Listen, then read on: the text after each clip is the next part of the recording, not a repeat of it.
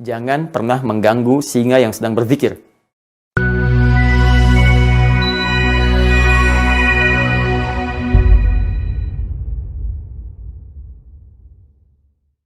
Bismillahirrahmanirrahim. Assalamualaikum warahmatullahi wabarakatuh.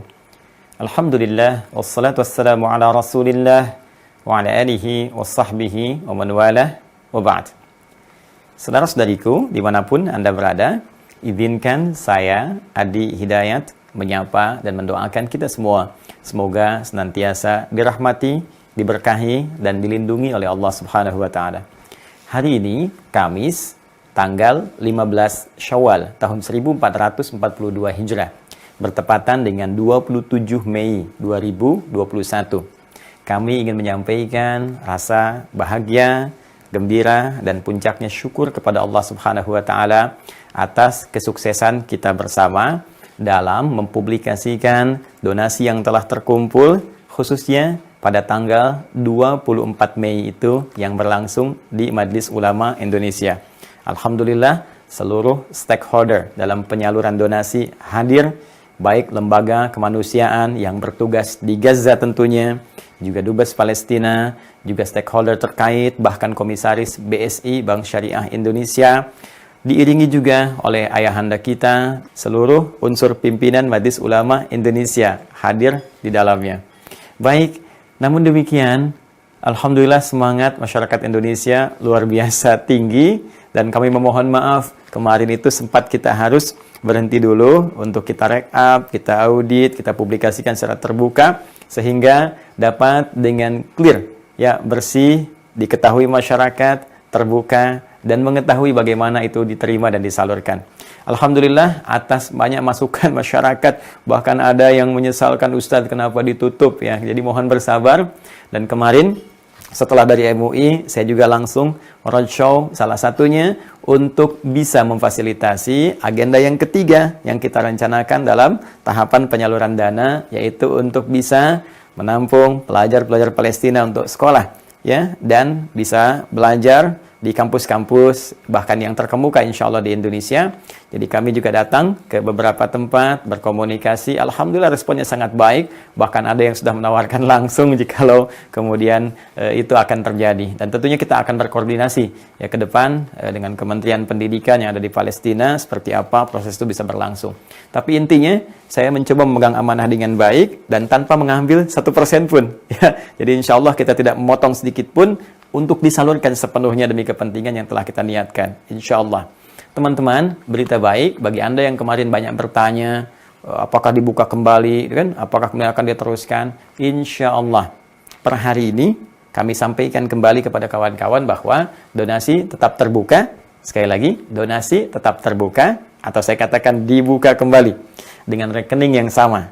Dan insya Allah rekening ini hanya akan dikhususkan untuk persoalan Palestina saja, untuk support kepada bangsa, masyarakat, rakyat Palestina saja. Rekening yang sama, ya, Yayasan Ma'had Islam Rafi'ah Akhyar.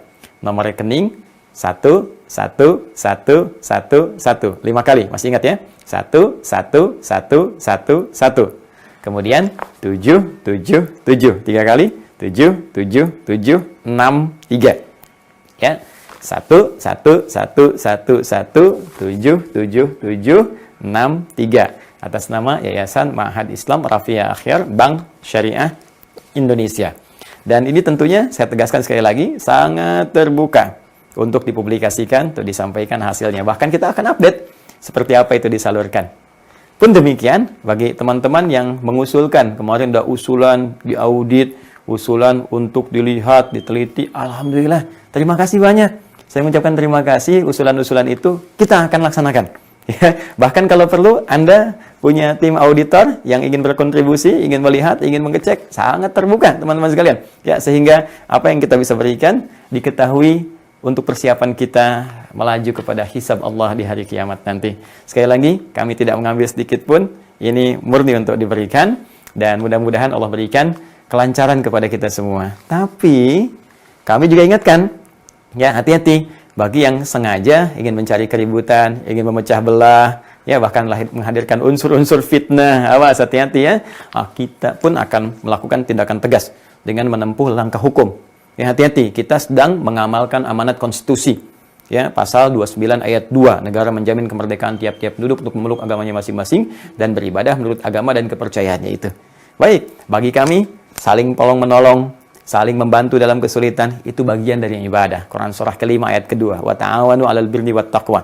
Ya, dan hendaklah kalian saling menolong, saling membantu dalam konteks kebaikan yang luas demi niat meningkatkan takwa kepada Allah. Ini amanah konstitusi, ini amanah dari Al-Quran juga, dan yang lebih daripada itu, ini dijamin oleh pembukaan Undang-Undang Dasar.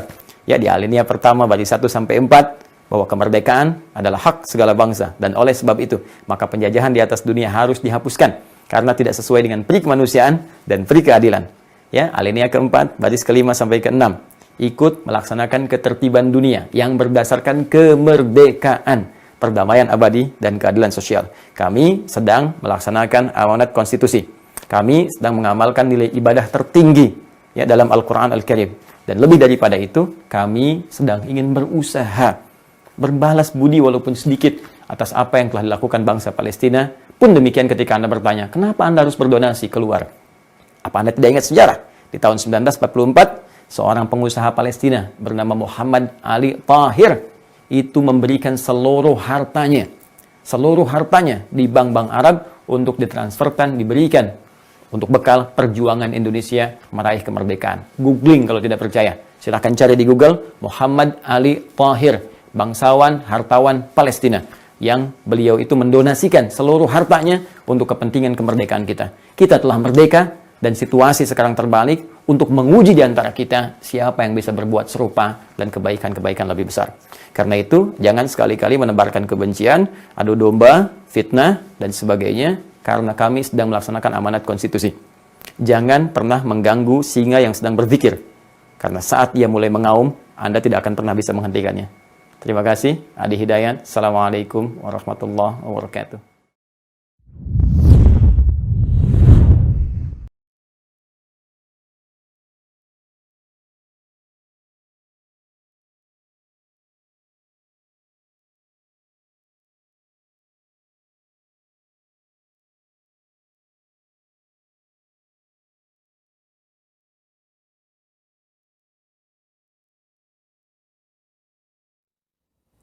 Bismillahirrahmanirrahim. Assalamualaikum warahmatullahi wabarakatuh.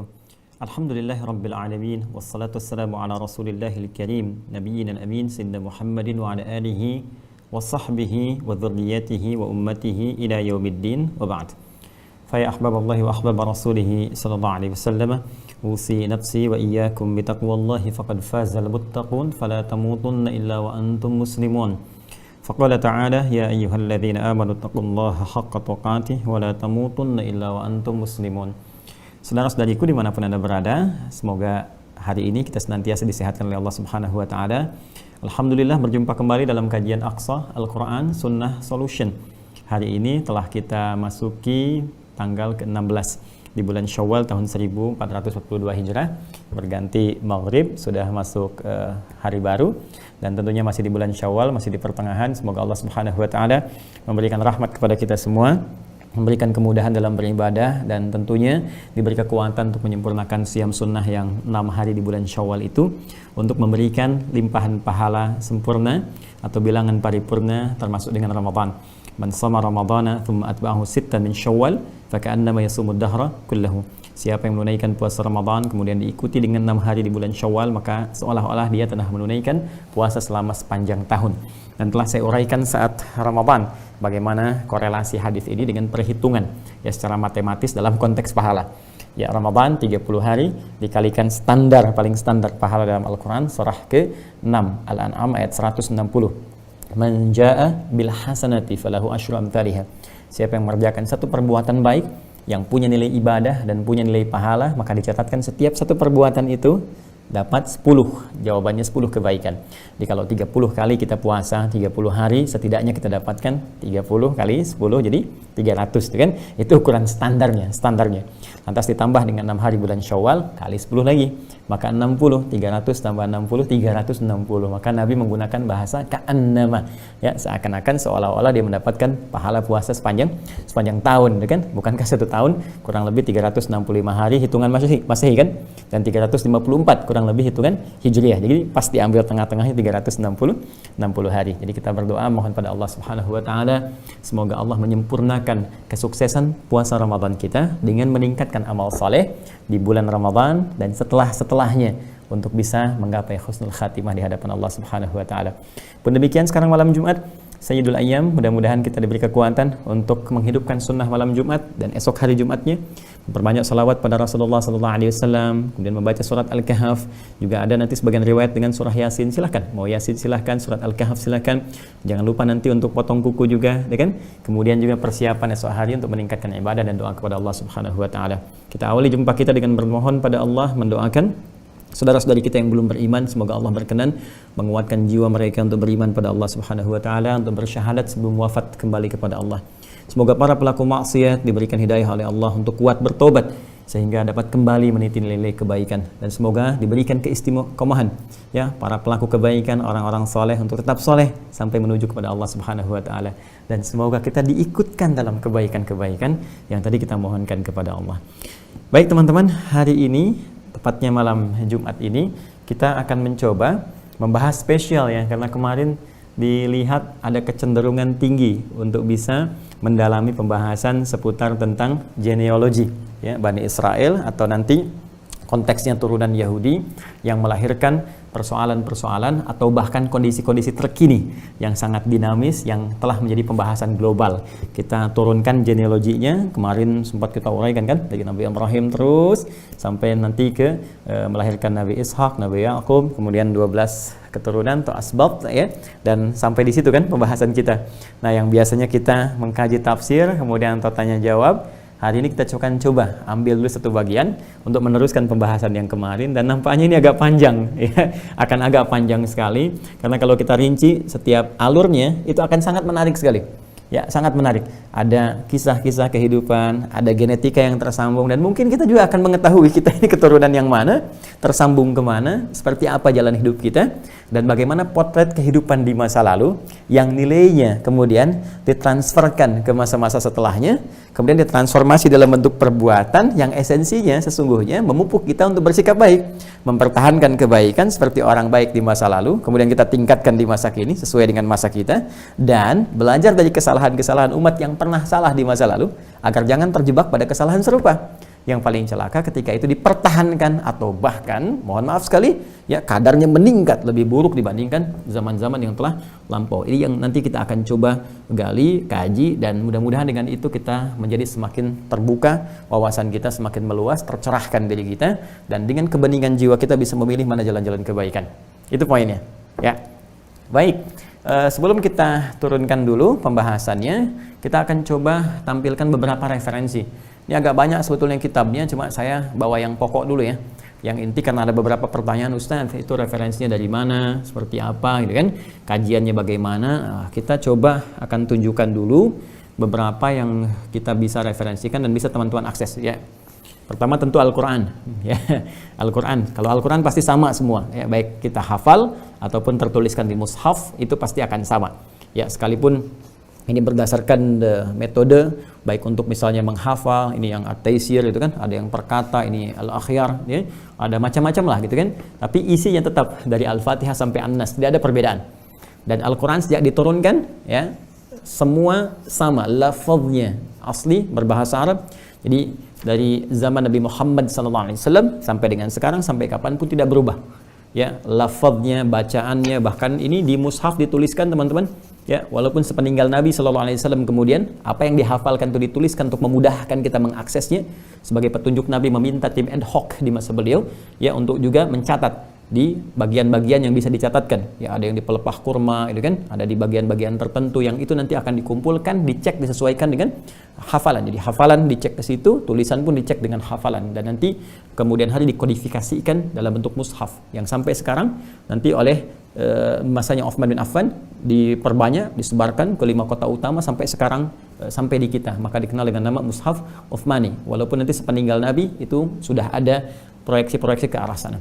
Jadi ini sangat luar biasa dijaga sampai dengan sekarang. Jadi satu-satunya kitab suci di muka bumi yang terjaga bahasanya.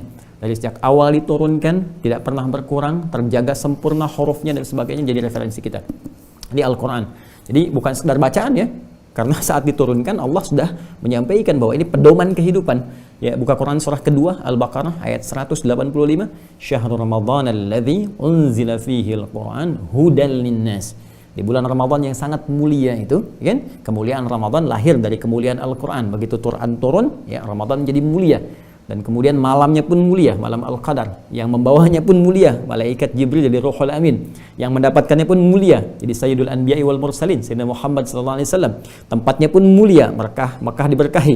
Pindah Nabi ke Yathrib jadi mulia, jadi Al-Madinah Al-Munawwarah. Jadi ini semua kemuliaan Al-Quran itu ingin memberikan kesan kepada kita bahwa isinya begitu penting. Ya biasanya kan kalau kita lihat sosok yang dimuliakan gitu kan, ini menunjukkan orang itu penting kan, orang itu punya sesuatu gitu kan. Nah apalagi ini firman Allah Subhanahu Wa Taala ketika semua diturunkan dalam keadaan mulia dan dampaknya mulia, ini menunjukkan ada yang penting. Jadi Al-Quran bukan sekedar bacaan, bacaan adalah pembuka kita untuk memahami isinya sehingga mendapatkan pedoman kehidupan yang layak untuk berperilaku, untuk meniti ibadah kembali pada Allah Subhanahu Wa Taala. Ini akan menjadi penting dalam kajian bahasan kita. Kemudian teman-teman sekalian yang mungkin jarang saya share ya, yang jarang saya share juga, saya pun mengkaji referensi di kitab-kitab lain ya. Ini contohnya saya punya koleksi Alkitab ya. Jadi ada yang saya dapatkan dari sejak tahun 2001, berarti usia saya masih 17 tahun tuh. Ya 17 tahun saya sudah belajar. Dulu saya punya dihadiahi dari Injil Barnabas gitu kan. Nah, yang sudah tidak banyak digunakan kekinian. Jadi 2001 saya sudah belajar, 2002 saya belajar kristologi. Jadi saya punya koleksi yang terdahulu. Nah, kemudian ini pun ada yang baru saya beli tadi siang, saya beli lagi untuk melihat ya apakah nanti ada penyesuaian kata atau perubahan-perubahan atau yang lainnya. Nah, ini juga saya punya koleksi Alkitab. Ini yang Alkitab terjemah baru, Holy Bible New International Version, ya New International Version ini punya. Kemudian nanti ada Alkitab sepanjang tahun, ini juga ya. Nah, ini saya punya. Kemudian ada yang jenisnya seperti ini, ya Alkitab Journal. Nah, saya punya juga. Ada yang berbahasa Inggris juga, ini ya, ini saya punya. Kemudian ada beberapa lagi yang lain. Nah, ini bacaan-bacaan ya. Nah, ini ada Purwa Pustaka juga, ya eksplorasi ke dalam kitab-kitab Perjanjian Lama, ya. Dan ini, nah ini juga saya punya. Biasanya kalau ada riset, saya suka kaji, suka beli, gitu kan, suka koleksi. Dan alhamdulillah sebagian sudah saya hafalkan. Ya, sebagian dari sejak 2001 itu sudah saya mulai menghafal karena ada riset-riset yang saya senang Al-Quran ini, kemudian lihat kan, dikomparasikan, dilihat, karena di Al-Quran sendiri nanti ada beberapa firman Allah Subhanahu Wa Taala yang mengindikasikan, mengisyaratkan kepada kita bahwa Al-Quran ini akan menjadi timbangan, parameter satu kebenaran. Itu dari iman kita yang kita yakini ya. Karena itu untuk membuktikan itu kita mesti cek. Nah, nanti saya di Tripoli juga belajar. Ya, selama setahun nanti ada materi ini, ada Orientalism juga. Yang paling menarik teman-teman sekalian, saya punya koleksi Talmud juga. Cuma nanti nggak bisa saya hadirkan malam hari ini. Itu yang paling terkait dengan kondisi sekarang. Nanti kalau sudah masuk ke titiknya, saya tunjukkan kepada Anda bagaimana nanti prajurit-prajurit tentara-tentara Zionis itu tiap hari Sabat itu, hari Sabtu dia baca-baca itu, dan itu sangat luar biasa dampaknya. Ya, dampaknya bagi rakyat Palestina, bagi kita juga dan sebagainya. Ada sesuatu yang nggak terbayangkan oleh kita, bagaimana kita disebut oleh mereka dengan ghayyum dan sebagainya. Ya, nanti kita akan bahas ketika sampai ke sana. Jadi komparasi yang saya lakukan adalah ini menjadi timbangan. Nanti kita akan lihat secara ilmiah ya. Kita akan perbandingkan bagaimana versi Al-Quran, bagaimana versi di Alkitab, khususnya nanti pas sampai Perjanjian Lama dulu ya, di Perjanjian Lama. Kemudian nanti bagaimana turunan-turunan hadis, kemudian juga bagaimana di Perjanjian Baru dan turunannya seperti apa. Dan nanti kalau kita ada waktu, kita bisa komparasikan juga. Ya, misal kita lihat sarjana Alkitab ya, yang masuk Islam kan ada di Ikhwan itu Ustadz Bangun Samudra ada, kan? Kemudian Ustadzah Irana Handono ada, atau nanti juga dari versi aslinya, atau mungkin kita bisa mendengar informasi ya dari pendeta misalnya, atau dari pastor dan sebagainya, sehingga kita menjadikan ranah ilmiah ya, ranahnya ilmiah. Jadi sifatnya argumentatif, ilmiah, dan keindahan Islam menjadikan lakum dinukum waliyadin. Yang penting kita mendapatkan sebuah fakta, informasi yang ada argumentasi di dalamnya, kemudian di situ menjadi wawasan untuk kita. Ya, jadi bagi umat Islam bisa menguatkan keimanan, dan itu menjadi lahan dakwah gitu kan. Dan di situ ada pilihan, dan masing-masing dengan pilihan itu menghadap kepada Allah dengan pertanggungjawaban amalnya masing-masing. Indah kan kalau begitu. Nah, itu yang diajarkan orang tua kita dulu. Ya, makanya sering ada diskusi bukan celaan. Satu mencela ini, satu mencela ini, bikin statusnya. Nah, nggak seperti itu ya. Dan biasanya ini pekerjaan-pekerjaan yang tidak bermanfaat. Dan saya juga pernah itu dapat informasi sering dipotong-potong tuh ya, potong ceramah, bahkan dibenturkan dengan ini dengan itu yang paling berbahaya. Baik teman-teman, kemudian saya juga mau tunjukkan buku penting ya, The History of Palestine karya John Kitto ya. Ini bisa di-download, ini makanya saya contohkan yang downloadnya ya teman-teman sekalian. Ini saya berikan ini ya, ini bisa di-download. Nah ini ya, The History of Palestine from the Patriarchal Age to the Present Time. Nih karya John Kitto, ini bagus banget nih bukunya teman-teman sekalian ya. Ini bagus banget bukunya. Jadi ini pun nanti ya, kita bisa timbang lagi, tapi ini ada objektifnya. Ini objektifnya tuh langsung mengurai dari masa banjir besar tahun berapa terjadi, kemudian nanti Tarah lahir tahun berapa yang disebutkan ayahnya Ibrahim itu kan ya, nanti ada Azar, ada Tarah, kemudian Ibrahim lahir tahun berapa, kemudian terus sampai ke bawahnya sampai nanti kekinian. Dan nanti ada yang sangat menarik ya, dan di antara yang paling menarik itu nanti teman-teman sekalian Anda menemukan fakta-fakta baru yang dari keterangan sumbernya langsung ya, dan itu sangat menarik sekali. Seperti saya punya yang ini misalnya. Saya mau tunjukkan di sini teman-teman sebelum kita mulai. Ya kan kemarin kita ngaji nanti saya tuliskan lagi anak-anaknya dari Yakub gitu kan. Alaihissalam itu kan menyebar. Nah, ini kan saya tunjukkan kepada teman-teman. Ini ada peta nih teman-teman sekalian. Nah, peta ini dari yang ini aja coba kita contohkan ya. Division of Canaan kan 1200 sampai 1030. Ini before century, sebelum Masehi ya. Ini sebelum Masehi. Ini kita temukan teman-teman sekalian, ini penyebaran ini. Ada Dan, gitu kan? Nah, Dan itu kan anaknya Balhah, gitu kan? Nah, kemudian nyebarnya kemana? Ini ada Judah, kemudian Judah itu Yahuda, ada Ruben, kan? Ini ke sini tempatnya di mana? Jad di mana, gitu kan? Ini kan anaknya Laya, kemudian Jad, ini kan anaknya Zulfa, gitu kan? Ada di sebelah sini. Tapi yang paling menarik teman-teman sekalian, di peta ini ada Palestina. Ada Palestina gitu. Terus ada Gaza tuh di sini tuh. Wah, Masya Allah, Gaza udah ada petanya di sini. Ini 1200 sampai 1030 sebelum Masehi. Ini ada Gaza tuh tertulis ini. Gaza, Palestina. Israel saya nggak lihat malah. Israel saya nggak lihat. Yang ada Palestina tuh. Ini di Alkitab terjemah baru, Holy Bible, ya, New International Version. Ya.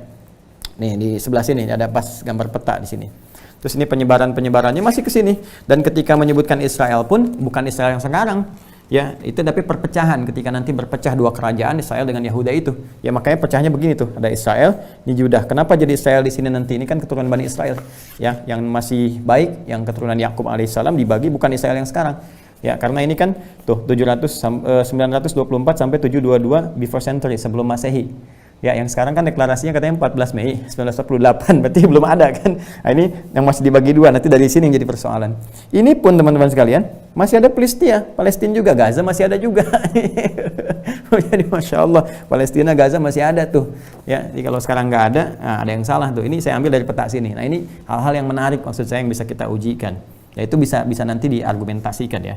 Jadi di sini kita kajian ilmiah ya, argumentatif sifatnya, dan nanti menambah wawasan gitu. Nanti kita bisa kemudian komparasikan, dan tadi seperti yang saya sampaikan, saya juga belajar, kemudian kita baca juga riset, bukan sekedar baca ya, tapi riset, didalami, dikaji, belajar juga dalam. Udah saya belajar kristologi juga, baca Talmud juga, beberapa bagian dilihat, dikomparasikan, dan bukan kaleng-kaleng gitu. Nanti kita bisa komparasikan dengan sarjana-sarjana Alkitab yang lain, sehingga kita dapat wawasan atau minimal pengetahuan yang bisa diuji.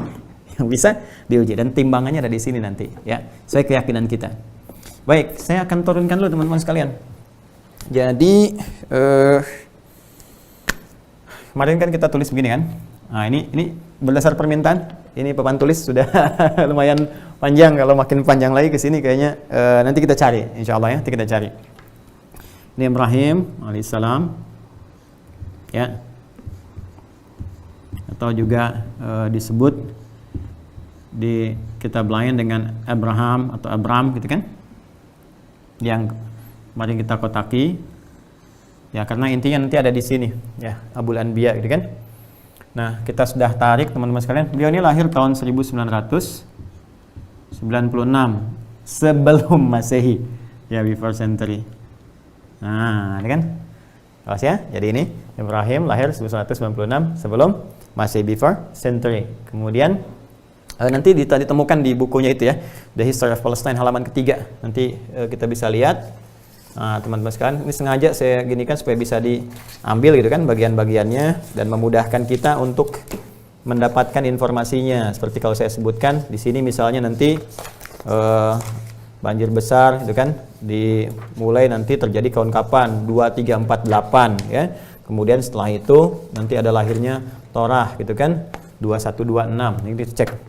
Nah, ini yang pembukanya dulu ya. Nah, seperti ini nih teman-teman sekalian.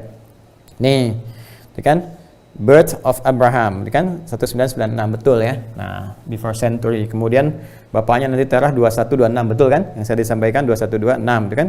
Nah, ini the deluge confusion ya.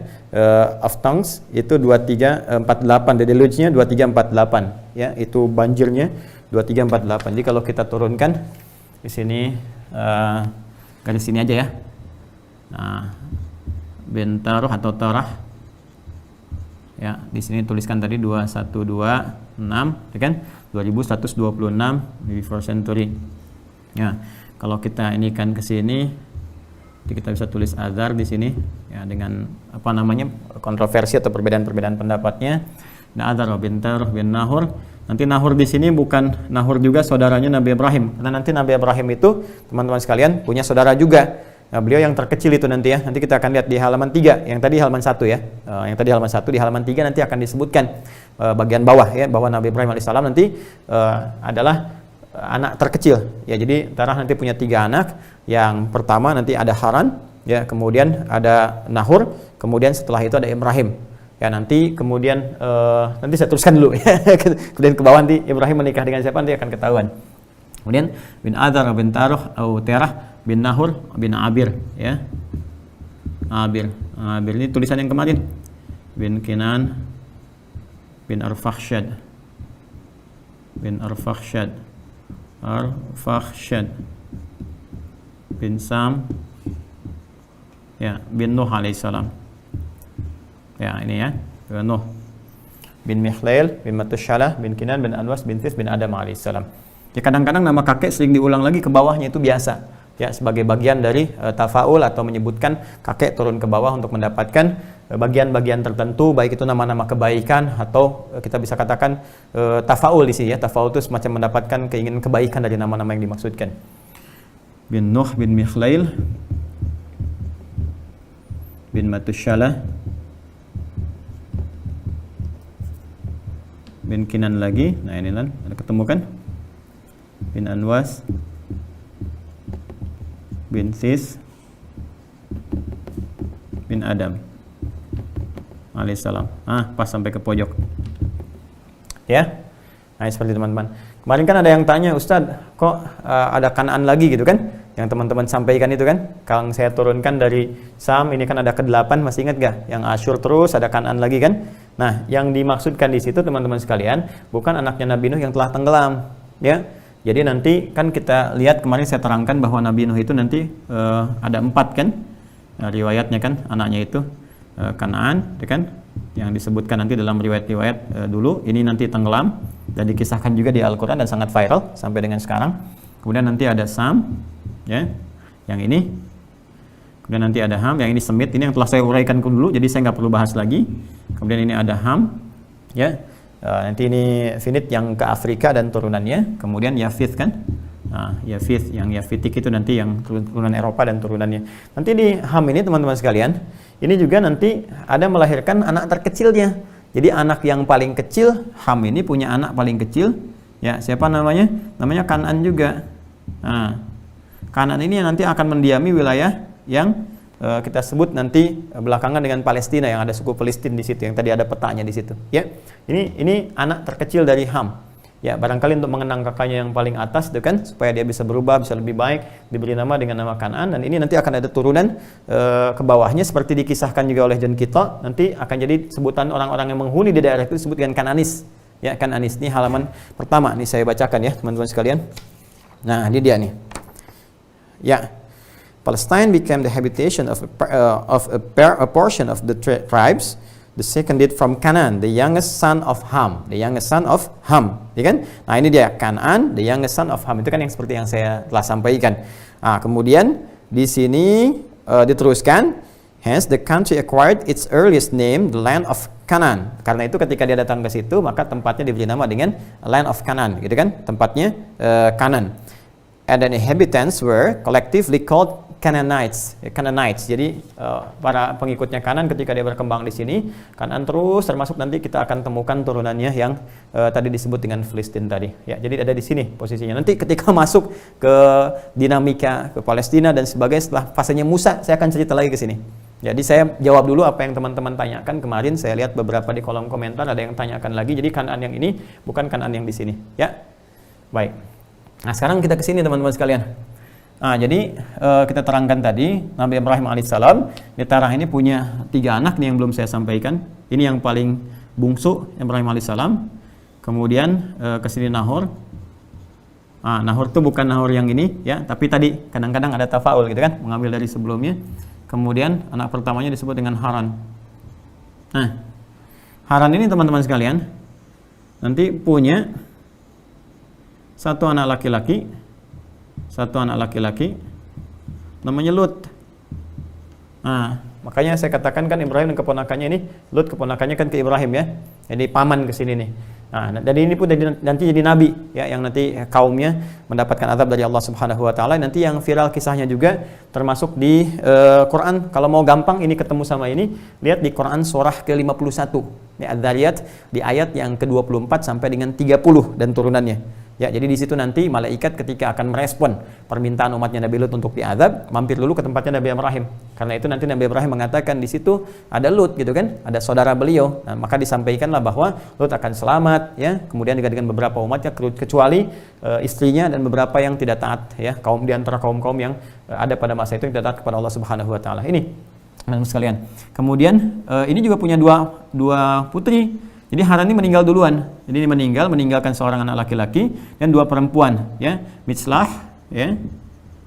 Satu lagi adalah Sarah atau Sarai, ya. Nah, Mitslah ini nikah dengan Nahor, Sarah ini nikah dengan Ibrahim. Jadi ke sini asalnya. Jadi Sayyidah Sarah ini ya asalnya dari sini, dari Haran punya anak ini, kan, dan nikah dengan Ibrahim. Dulu kan masih terbatas keturunan-keturunan itu. Jadi adanya pernikahan terbatas di lingkungan itu nanti yang menjadikan berkembang biak. Nanti hukum-hukum pun akan melebar. Baru dari situ nanti ada aturan mahram sampai ke kita sekarang, ya. Nah, ini di bahasa Al-Qur'an illa ma qad salaf gitu kan, kecuali hal-hal yang telah berlalu di masa lalu, maka hukumnya ada yang berbeda dengan di masa kini karena kondisi-kondisi tertentu. Yaitu ada di Quran surah ke-4 An-Nisa ayat 23, ya, paling bawah kanan sebelah bawah. Nah, ini. Nah, nanti ini memiliki keturunan, ya kan? Yang ini belum. Sampai tiba nanti dihadiahi nanti Maria Al-Qibtiyah Al-Misriyah saat nanti ke Mesir dan melahirkan seorang anak Ismail yang dulu saya ceritakan, beda 14 tahun baru ini mengandung, kan, dalam usia 90 tahun dan melahirkan Ishak. Nah, saya mau batasi di sini teman-teman sekalian. Karena nanti ini yang jadi persoalan utama pembahasan kita, titik tekannya di sini. Ya. Yang kemarin yang saya teruskan sampai dengan ke Sayyidah Hajar nanti belakangan ketika kita sampai ke situ, gitu kan, turun Ismail alaihissalam sampai ke bawahnya, sampai ke persoalan ketika kelahiran Nabi Muhammad SAW yang bahkan dinantikan oleh Yahudi tapi ditolak kemudian hari. Ya, saya juga tidak akan menyoal teman-teman sekalian kontorah, ya, kontorah Biktiakton kemarin sudah saya terangkan, itu nanti persoalan yang lain. Kalau sudah kita melebar nanti pembahasan tentang turunan-turunannya sampai ke riset ke Jawa, Melayu dan sebagainya, atau juga Hajun binti Al-Amin nanti kita akan bahas tersendiri. Kita konsentrasi ke sini dulu. Ya. Dari sini Sarah saya tuliskan lagi ya. Nanti kemudian melahirkan Ishak, ini sudah saya terangkan. Jadi saya tidak perlu bahas lagi.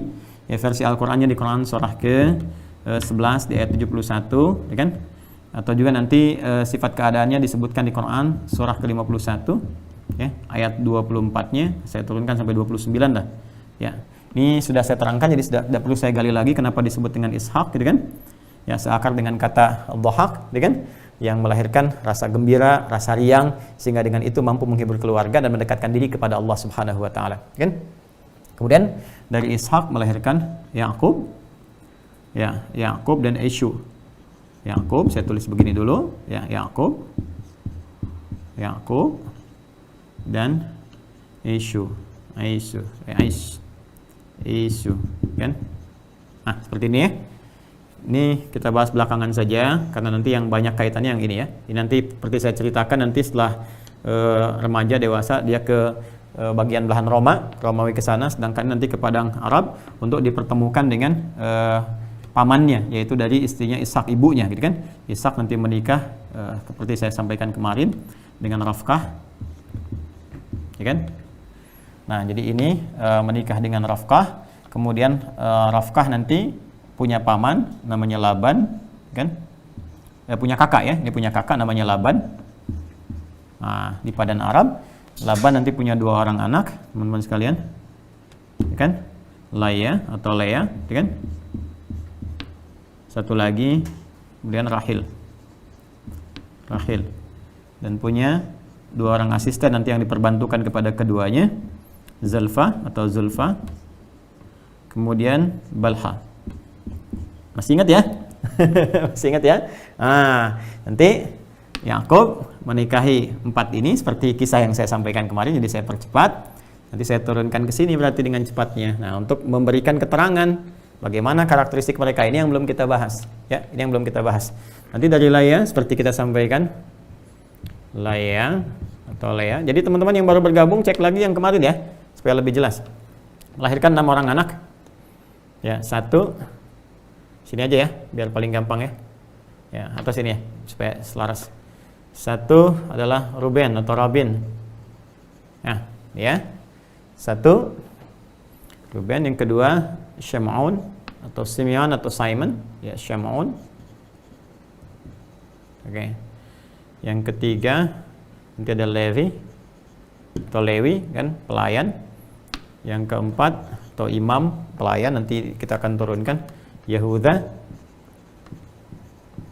Nah, sebenarnya saat 4 ini Laya atau Lea ini merasa ini beliau nampaknya nggak melahirkan lagi gitu kan, ada versi demikian di dalam nanti perjanjian lama ya, karena itu kemudian di pelayannya yang dari sini teman-teman sekalian nanti minta untuk dihadiahkan bahkan dinikahi sebelumnya oleh Ibrahim alaihissalam. Dari sini nanti baru melahirkan 2 orang anak ya, 2 orang anak, dan ketika lahir 2 orang anak ternyata ini lahiran lagi, jadi saya sempurnakan ke sini dulu, nanti baru saya turunkan ke sini ya.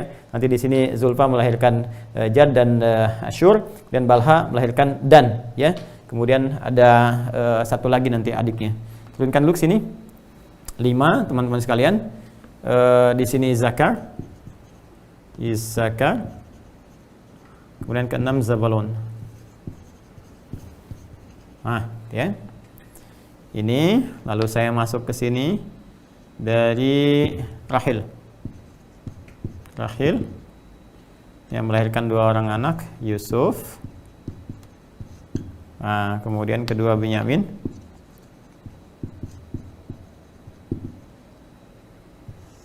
Kemudian Zulfa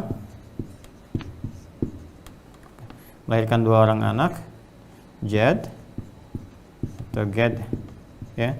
Dan kedua Asyur. Nah, kemudian yang terakhir Balha. Dia melahirkan 2 orang anak, 1 Dan, dan yang kedua Neviti. Ya. Baik. Inilah 12, 6 tambah 2 8 tambah 2 10 tambah 2 12. Ya, teman-teman sekalian. Nah, saya ingin kemarin kan sampai di sini kan? Kita semua bahas, sekarang kita akan turunkan siapa sih dan bagaimana karakter-karakter ini di dalam narasi Alkitab dulu, kemudian di dalam Al-Quran seperti apa. Nah, Al-Quran ini sangat menarik sekali. Jadi untuk menguraikan ini dengan cepat, ya, Al-Quran memberikan 1 surah. Ya, surahnya di surah Yusuf dengan nama ini, anak pertama dari Rahil, ya, alaihissalam, dan penuh dengan kemuliaan. Surah Yusuf berisi 111 ayat. Nah, 111 ayat. Nah, dan yang paling menarik teman-teman sekalian, nanti konsentrasinya akan ke Yusuf, sedangkan yang lain disebut dengan ikhwatu Yusuf, saudara-saudaranya Yusuf, karena titik tekannya berada di Yusuf. Dan ketika ada perbuatan-perbuatan kurang baik pun oleh Al-Quran digambarkan dengan perbuatannya, bukan dengan orangnya, untuk memberikan kesan bahwa bukan orang, bukan nama. yang keliru itu, tapi perbuatan yang harus diperbaiki. Nanti kita akan lihat bagaimana kekurangan-kekurangannya di sini, dan nanti akan dibuka oleh Al-Qur'an teman-teman sekalian dengan satu hal yang sangat menarik, yaitu di ayat ketiganya nanti. Ya, nahnu naqussu 'alaika ahsanal qasas. Ya, bima auhayna ilaika hadzal Qur'an. Kami akan kisahkan kepadamu Muhammad sallallahu alaihi wasallam suatu yang sangat dahsyat karena menggunakan bentuk ta'zimun nafsi, ta'zimus sya'ni, ya, kisah yang terbaik. Nanti kita akan lihat kenapa disebut kisah terbaik di sini, ya. Saya akan tuliskan di ayat 3 ya, teman-teman boleh nanti buka mushaf ya. Buka mushaf teman-teman sekalian di sebelah kiri ya, agak-agak nanti ke bawah. Nanti Allah sampaikan nahnu naqussu 'alaika ahsanal qasasi, ya, ahsanal qasasi. Ahsanal qasasi. Nah, nih. Ya. Ini kalau nggak terlalu terlihat tulisannya ahsanal qasas. Nah, seperti tadi saya sampaikan, nanti Al-Qur'an dalam keyakinan kita, lihat ya, dalam keimanan kita, orang Islam, orang beriman, itu langsung kita mengambil keyakinan tanpa ragu. Dan ini bahkan Al-Qur'an menawarkan kepada siapapun, silakan uji dulu. Kalau Anda ragu bisa diuji. Tapi Allah sudah memberikan statement sebelum Anda mencoba mengujinya. Apa statementnya? Nanti buka dulu Quran surah kelima. Quran surah kelima, teman-teman sekalian, Al-Maidah. Al-Maidah. Ya, di ayat yang ke-48. Ya. Tegas Allah menyampaikan, ya. Sudah? Baik, lihat kalimatnya. Inna anzalna ilaikal kitab, ya, wa anzalna ilaikal kitaba musaddiqan lima baina yadayhi, ya, minal kitab wa muhaiminan alaihi. Wa muhaiminan alaihi. Kalimatnya wa muhaiminan alaihi. Wa anzalna alaikal kitaba bil haqq musaddiqan lima baina yadayhi, ya, wa muhaiminan haiminan alaihi. Ya. Dan kami turunkan kepadamu Muhammad sallallahu alaihi wasallam dengan Al-Qur'an. Ini kisah ini, ya, ayat ini diturunkan setelah Allah menjelaskan sebelumnya Taurat, menjelaskan kemudian Injil, menjelaskan persoalan-persoalan di dalamnya. Lalu Allah tegaskan, dan kami turunkan kepadamu Muhammad sallallahu alaihi wasallam Al-Qur'an, kan? Dan ini disamakan oleh Allah, ya, nama umumnya. Alkitab, sesuatu yang tersusun dengan baik. Ya, harusnya baik itu kan. Jadi Taurat disebut dengan Alkitab, tapi namanya spesifik untuk menunjukkan ini kepada Musa.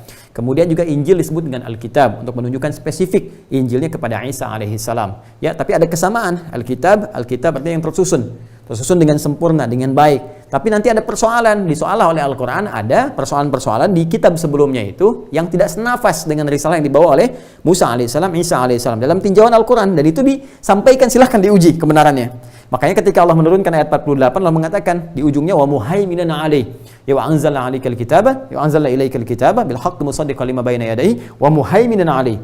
Ya, jadi kata Allah, kami turunkan Al-Qur'an kepada Muhammad SAW, ini pun Alkitab, tersusun dengan sempurna, nggak ada cacatnya sama sekali, kan? Dan ini akan membenarkan risalah yang sampai kepada Musa. Artinya nih, risalah yang benar kepada Musa tuh ini, risalah yang benar kepada Isa tuh ini, dan menjadi timbangan, ya, pada informasi yang datang setelah Musa dan Isa yang sampai kepada Muhammad SAW. Dia ditimbangan. Apa yang dimaksud timbangan? Parameter kebenarannya. Silahkan ukur. Jadi kalau ada yang tidak sesuai dengan Al-Quran, berarti ada persoalan di dalamnya. Nah, bagaimana kemudian Al-Quran menampilkan itu yang sangat indah, nanti kita akan lihat. Ya, kita beri contoh misalnya teman-teman sekalian. Ya, kita kenalan dulu ya. Kita kenalan dulu sama ini. Itu satu nih. Ruben misalnya teman-teman sekalian. Ini anak pertama. Ya.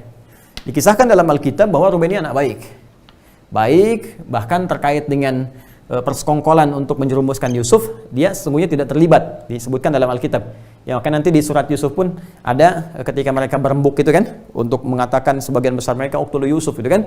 Nah, awit rahu fi ghayabatil jub yaqtaqit ba'da sayyarah gitu kan. Jadi bunuh Yusuf kan, tapi di antara mereka ada yang mengatakan jangan bunuh, la taqtulu Yusuf, ya, jangan bunuh Yusuf, udah lemparin aja dia ke dalam satu sumur, kemudian di situ nanti boleh jadi akan diambil ya oleh beberapa kafilah yang lewat, dan dengan itu kita yang penting kan terbebas dari Yusuf, supaya kasih sayang bapak ini menyebar kepada kita semuanya gitu kan. Nah, yang kisahnya sangat viral kepada kita semuanya. Nah, konon di dalam kisah Alkitab ini yang disampaikan, yang mengusulkan agar jangan dibunuh Yusuf itu Ruben, ya, tapi diusulkan aja dilemparkan ke sumur dengan harapan Ruben ini nanti ketika dilemparkan mereka pergi, dia bisa membebaskan Yusuf. Begitu kisahnya, ya, begitu kisahnya. Cuman ada sesuatu yang sangat menarik di sini. Apa itu? Nah, ini diantara yang disoal oleh Al-Quran. Ya, disoal oleh Al-Quran dan menjadi sesuatu yang pantas untuk diluruskan dalam konteks narasi ya. Kita akan lihat apa itu. Kalau teman-teman buka misalnya kitab Kejadian, ini ada di saya ya, jadi bisa saya cek. Tapi teman-teman juga bisa googling juga ya. Kan ini bisa online sekarang. Al-Quran juga demikian, bisa online. Anda tinggal buka, nanti tinggal diluruskan Kejadian. Coba pasal 35 ini saya cek hafalan, nanti saya cek juga ke situ ya. Pasal 35 di ayat 22. Kalau mau dari ayat 21 boleh, 21 sampai 22. Dan ayat 22 saya buletin, ini intinya. Ya, di kitab Kejadian, Genesis, bagian pertama, kan Genesis, ya, kitab Kejadian, kemudian ada Exodus gitu kan, kemudian Hijrah, Keluaran dan turunan-turunannya. Sekarang kita masuk sini dulu. Kitab Kejadian pasal 35 ayat 21 sampai dengan 22. Di sini teman-teman sekalian disebutkan, mohon maaf sekalian, nanti saya bacakan kalau teman-teman tidak percaya. Ruben ini ya berzina dengan siapa? Dengan ibunya juga, ibu sambung ke sini dengan Balha. Ini yang disebut di situ disebut dengan gundiknya Yakub, ya, bahasa yang mungkin kita bisa luruskan gitu kan. Ini kan istrinya, sudah menjadi istrinya Yakub alaihissalam, artinya ibunya juga, ya kan? Ibu mahramnya, ya, ibu biologisnya ke Lea, ini kan ibu mahramnya Rahil, ya kan? Jadi karena itu dia bersaudara dengan Yusuf, dengan Bunyamin, termasuk dengan Jad, dengan Asyur, termasuk juga dengan Dan, ya, dan dengan adiknya ke bawah. Jadi ini ditemui ketika Nabi Yakub alaihissalam, di situ disebutkan Israel, ya, sedang bepergian, kemudian ketika pulang dia mendapati anaknya sedang berzina, ya, dengan istrinya Yakub, dengan ibunya, ibu mahramnya. Kan jadi persoalan. Ayo kita buktikan ya, kita cek misalnya satu-satu ya, yang di sini dulu nih. Ini kita buka yang Kejadian. Bismillah. Itu ya. Nah, teman-teman sekalian, pasal ayat 35 ya ini ya. Yang 35. Ini 35 nih. Kejadian 35, kemudian ayat 22. Nah, ayatnya 22. Kita buka ayat 22. Bismillah. Nah, ini nih, teman-teman, ayat 22. Ini ya, kamera boleh dibesarkan ya ini. Ini kitab Kejadian Genesis ya, 35. Ini 35 yang ini, ya. Kan? Kemudian ayatnya 22 nih, ayat 22 sini. Kalau saya baca dari 21 seperti saya tuliskan, saya baca ya. Sesudah itu berangkatlah Israel, maksudnya Yakub, ya, yang saya sudah ceritakan kan kenapa disebut dengan Israel. Kemudian lalu ia memasang kemahnya di seberang Migdal Eder. Dua-duanya ketika Israel diam di negeri ini, terjadilah bahwa Ruben sampai tidur dengan Bilha, gundik ayahnya, dan kedengaranlah hal itu kepada Israel. Nah, ini jadi persoalan. Jadi Yakub mendapati bahwa ketika dia sedang bertugas dan kemudian membangun satu tempat di 21 itu, ya, satu tempat dia untuk beristirahat, sampai berita kepada dia di ayat 22-nya bahwa ini Ruben, ini bisa berzina, berhubungan dengan siapa? Dengan istri Yakub, dengan ibu mahramnya, dengan Balha. Nah, ini sesuatu yang disoal oleh Al-Quran, ya, di secara nalar sehat ini nggak mungkin terjadi lah gitu kan. Istri Nabi, kemudian juga di sini ibunya sendiri, dan dalam konteks di sini ada saudara-saudaranya, bisa terjadi peristiwa yang seperti itu.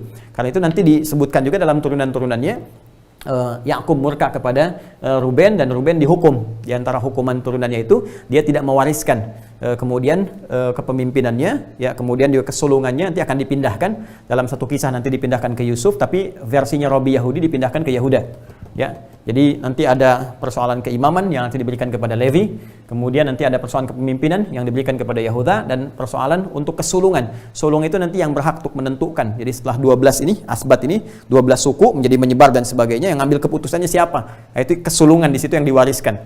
Nanti dari sini versinya yang lain menyebutkan Yusuf, versinya Rabi Yahudi menyebutkan Yahuda. Jadi mereka ingin menguatkan keturunan Yahudi di sini.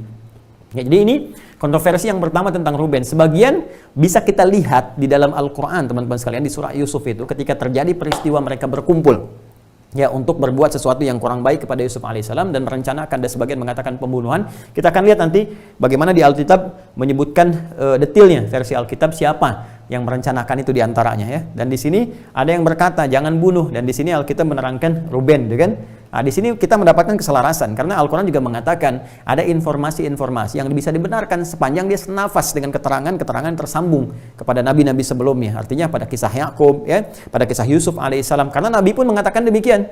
Jangan engkau persalahkan sepenuhnya, tapi jangan juga benarkan sepenuhnya. Artinya ada informasi-informasi yang masih dia itu bening, ya, masih bersih, masih benar, maka ditimbang oleh Al-Quran. Nah, maka apa yang disoal oleh Al-Quran pertama adalah dari mana didapatkan kisah bahwa Ruben ini, ya, anak pertama dari Yakub alaihissalam, bisa berzina dengan ibunya sendiri, ibu mahramnya. Ini jadi persoalan.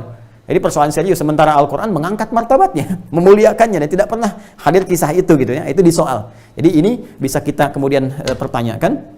Ya, ini bagian yang pertamanya ya, yang bisa kemudian kita turunkan. Nah, ini persoalan kontroversi yang pertama, sehingga nanti muncul kecaman-kecaman di dalam Al-Qur'an atas narasi-narasi seperti ini gitu, yang juga menimbulkan sesuatu persoalan yang sangat pelik. Fawailul lilladzina yaktubunal kitaba bi aydihim tsumma yaquluna hadza min indillahi liyashtaru bihi tsamanan qalila.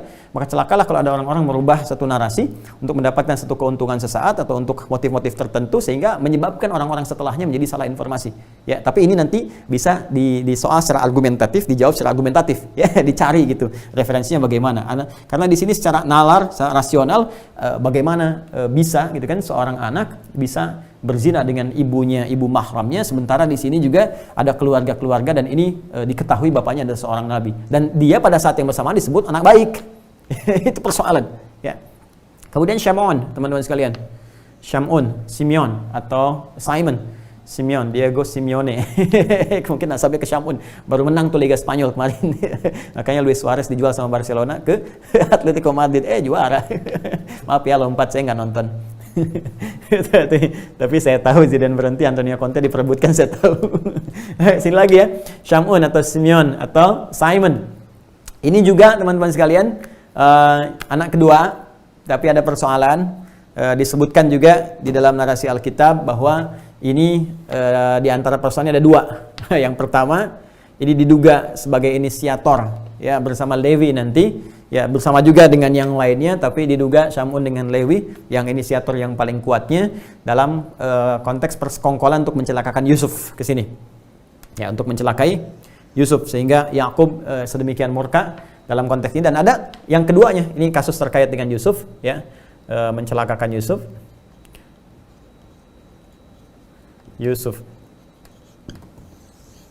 Ya, Al-Quran tidak menyebutkan siapa, cuma disebutkan saudara, karena adab di Al-Quran itu begini, adab di Al-Quran. Jadi kalau ada satu kegiatan yang buruk, ya aktivitas yang salah, itu umumnya nggak disebutkan nama. Ya, seperti Fir'aun, kan, sejahat-jahatnya Fir'aun tuh, ya, itu Fir'aun, ya nama gelar yang melekat pada Raja Mesir itu kan, Abu Lahab misalnya kan, di situ ada juga nama aslinya nggak disebutkan, tapi inisial disebutkan, atau misalnya umum saudara-saudaranya Yusuf, untuk memberikan kesan begini, untuk memberikan kesan bahwa boleh jadi ke depan tuh ada nama yang serupa, tapi mungkin nggak berbuat seperti itu, sehingga dengan nama itu tidak dikenang sebagai sesuatu yang jelek gitu, apalagi nanti maknanya jadi baik. Misalnya Syamun ini kan baik asalnya, yang mendengar, yang taat, bahasa Ibrani kan yang mendengar, yang taat, yang patuh gitu kan. Nah, nanti kemudian dia berbuat sesuatu yang kotor, disebutkan seakan-akan nama itu menjadi jelek, sehingga ada stigma ke dalamnya. Maka Al-Quran lebih memberikan berita tentang ikhwah Yusuf, ya, saudara-saudaranya. Dan itu pun nanti akan dijelaskan bahwa mereka bertobat, mereka memperbaiki diri dan sebagainya. Nah, cuma di sini ada informasi yang sangat menarik, ya, di Alkitab disebutkan teman-teman sekalian di bagian keduanya itu. Jadi mereka ini juga, ya, Syamun terutama Levi, ini yang bersekongkol untuk melakukan pembunuhan, ya, terhadap siapa? Terhadap ada satu kelompok, ya teman-teman sekalian, yang mencoba untuk memperkosa saudarinya, Dian namanya. Jadi punya saudari, ini Dian namanya. Nah, Dian ini juga nggak dijelaskan apakah ini kaitannya dengan Dan, di sini anaknya Balha, perempuan, apakah ini laki-laki atau ada yang lainnya. Nah, ini akan ada sekelompok orang yang mencoba untuk memperkosanya, ya. Kemudian setelah itu mereka marah, merencanakan kemudian untuk pembalasan. Maka Syamun ini meminta mereka dari kalangan Khidim namanya untuk datang, dikasih berita, dijebak gitu ya. Gimana caranya? Ya, mereka diminta untuk sunat. Nah, ini untuk menunjukkan bahwa sudah ada sunat nih. Oh ya, sudah ada sunat nih. Awas, hati-hati nih, sunat sudah ada. Jadi di masa-masa ini belajar dari Ibrahim alaihissalam ke atasnya. Maka memang sunat kan dari fitrahnya Nabi Ibrahim sebelumnya, yang kemudian diteruskan di masa Nabi Muhammad SAW sampai ke kita. Makanya kita disunat kan. ini diminta oleh mereka untuk sunat, untuk mendapatkan keberkahan, kebaikan, kebersihan. Begitu mereka masih merasakan sakit dalam sunat itu, maka dibunuhlah orang-orang Khidim pada saat itu. Ya, maka ini sampai beritanya kepada Yakub alaihissalam, dan Yakub begitu marah. Ya, marah, dan dengan kemarahan itu kemudian Yakub menyoal, ya, mereka semuanya ini, menyoal mereka semua sehingga menghukum mereka, ya, menghukum. Di antara hukuman-hukumannya, maka nanti Levi dimintakan untuk jadi pelayan, ya, maka nanti ada kitab imamat setelahnya gitu kan, Levitikus gitu kan ke sini. Dan ini juga tidak mendapatkan bagian-bagian seperti yang tadi telah kami sampaikan untuk hak sulungan dan sebagainya. Dan ini yang menjadikan kata Alkitab boleh jadi karena inilah Yusuf nanti disebutkan narasi ketika masuk ke Yusuf menahan Syamun, ya. Syamun ini ditahan oleh Yusuf alaihissalam, ya, di redaksi Alkitab ditahan saat mereka datang 10 saudara ini selain Bunyamin datang ke tempatnya Yusuf ketika ada di Mesir untuk meminta bahan makanan. Ya karena pangan mulai menipis, krisis pangan, kemudian datang ke sana. Yusuf tahu itu saudara-saudaranya. Ya, tapi mereka tidak menyadarinya. Di surat Yusuf juga ada. Nanti Anda baca ya 111 ayat itu. Ya karena mereka tidak menyadari, Yusuf tahu, maka oleh Yusuf kan dilakukan sebuah trik sehingga saudaranya bisa berkumpul kembali dengan beliau, ya. Tapi di sini agak beda nanti narasinya. Ya, di sini agak beda narasinya teman-teman sekalian di Alkitab bahwa nanti Yusuf menahan Syamun, ya, kemudian diminta mereka kembali sana, diberikan sedikit supaya merasa lapar dan untuk balik lagi untuk membawa Bunyamin. Bunyaminnya benar di sini. Tadi disebutkan di sini Syamun, ya, yang ditahan. Kenapa ditahan? Ada dugaan kuat di tafsirnya itu bahwa Syamun ini diduga yang merencanakan untuk persekongkolan mencelakai Yusuf. Karena itu Yusuf berkenan untuk menahannya terlebih dahulu. Ada tafsirnya di sini, bisa kita baca nanti. Ini teman-teman sekalian. Ya, jadi ini yang terkait dengan Ruben, Syamun, Levi. Walaupun nanti di sini dari Levitikus nanti, ya, pembahasan tentang imamat ini, pelayanan-pelayanan dari Levi di kemudian hari tetap nanti akan menurunkan nabi-nabi, terkhusus juga Musa alaihissalam nanti akan ada dari keturunan ini. Nah, ini nanti saya terangkan ketika hijrah ke Mesir ada berapa jumlah anaknya. Ya, nanti ini ada 3, ini ada 6, ini ada 3, kemudian Yahuda. Ini pun persoalan juga nih. Yahuda ini agak repot menerangkannya teman-teman sekalian. Jadi Yahuda ini teman-teman, ini termasuk yang disebutkan bertanggung jawab, ya, punya jiwa kepemimpinan kuat, tapi punya persoalan juga. Persoalan pertama terlibat dalam persekongkolan Yusuf. Yang kedua, ini mohon maaf sekali, ini disebutkan juga di Alkitab, dia sedang berzina. Ya, dia sedang berzina gitu. Jadi seringkali kemudian cari, ya bahasa kita ya, perempuan-perempuan kurang baik gitu kan. Saya nggak bisa menyebutkan yang di sini karena terlalu ekstrim bahasanya, sundal gitu kan, mencari sundal. Jadi teman-teman kalau baca nanti tentang kisah Yahuda, Anda bisa googling aja sih, ya, Yahuda misalnya kebiasaan seperti ada, Anda akan temukan ya. Jadi saya sudah baca di sini juga. Nah, bagaimana persoalan yang menimpa Yahuda ini, bahkan yang titik yang paling ekstrim adalah dia berzina dengan menantunya sendiri. Ya, jadi ini ceritanya nanti punya anak laki-laki, anaknya meninggal, kemudian menikah dengan nanti anaknya Nabi Daud, yang turunan Daud nanti, ya, Nabi Daud alaihissalam nanti punya istri namanya Makkah nanti punya anak namanya Tamar. Nah, Tamar ini pun ada masalah juga, disebutkan nanti di turunan Alkitab ini cerita bahwa dia waktu kecilnya, mohon maaf sekali, ya, sudah diperkosa, kemudian dari situ tumbuh dewasa, menikah dengan anaknya Yahuda. Satu kali ketika anaknya ini meninggal, ini kan masih menantunya nih, ya, ini pergi ke rumah bordir dengan tempat-tempat yang seperti itulah gitu kan, istilahnya tempat-tempat untuk menjual diri. Ini pun jalan-jalan gitu nyari. Nah, ini nggak tahu kalau ini menantunya. Ini persoalan, ya. Ini nggak tahu kalau ini adalah menantunya, maka terjadilah kemudian sesuatu yang sangat dahsyat, dan ini dinalar oleh Al-Quran, sesuatu yang rumit untuk dibenarkan.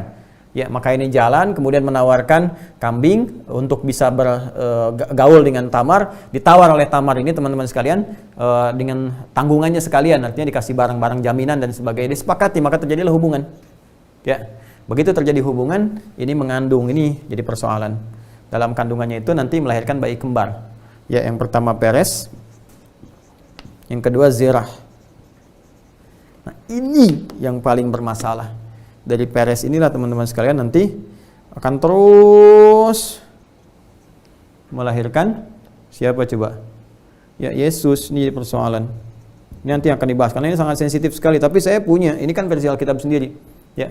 Nanti ini akan Anda turunkan dari sini, bisa di Matius, bisa ya pasal 1 ayat 1 sampai dengan 16. Di Lukas juga ada teman-teman sekalian, ya dari ayat 23 sampai dengan 33, 34 akan ditemukan juga. Dan yang paling menarik nanti antara Matius dengan Lukas agak berbeda.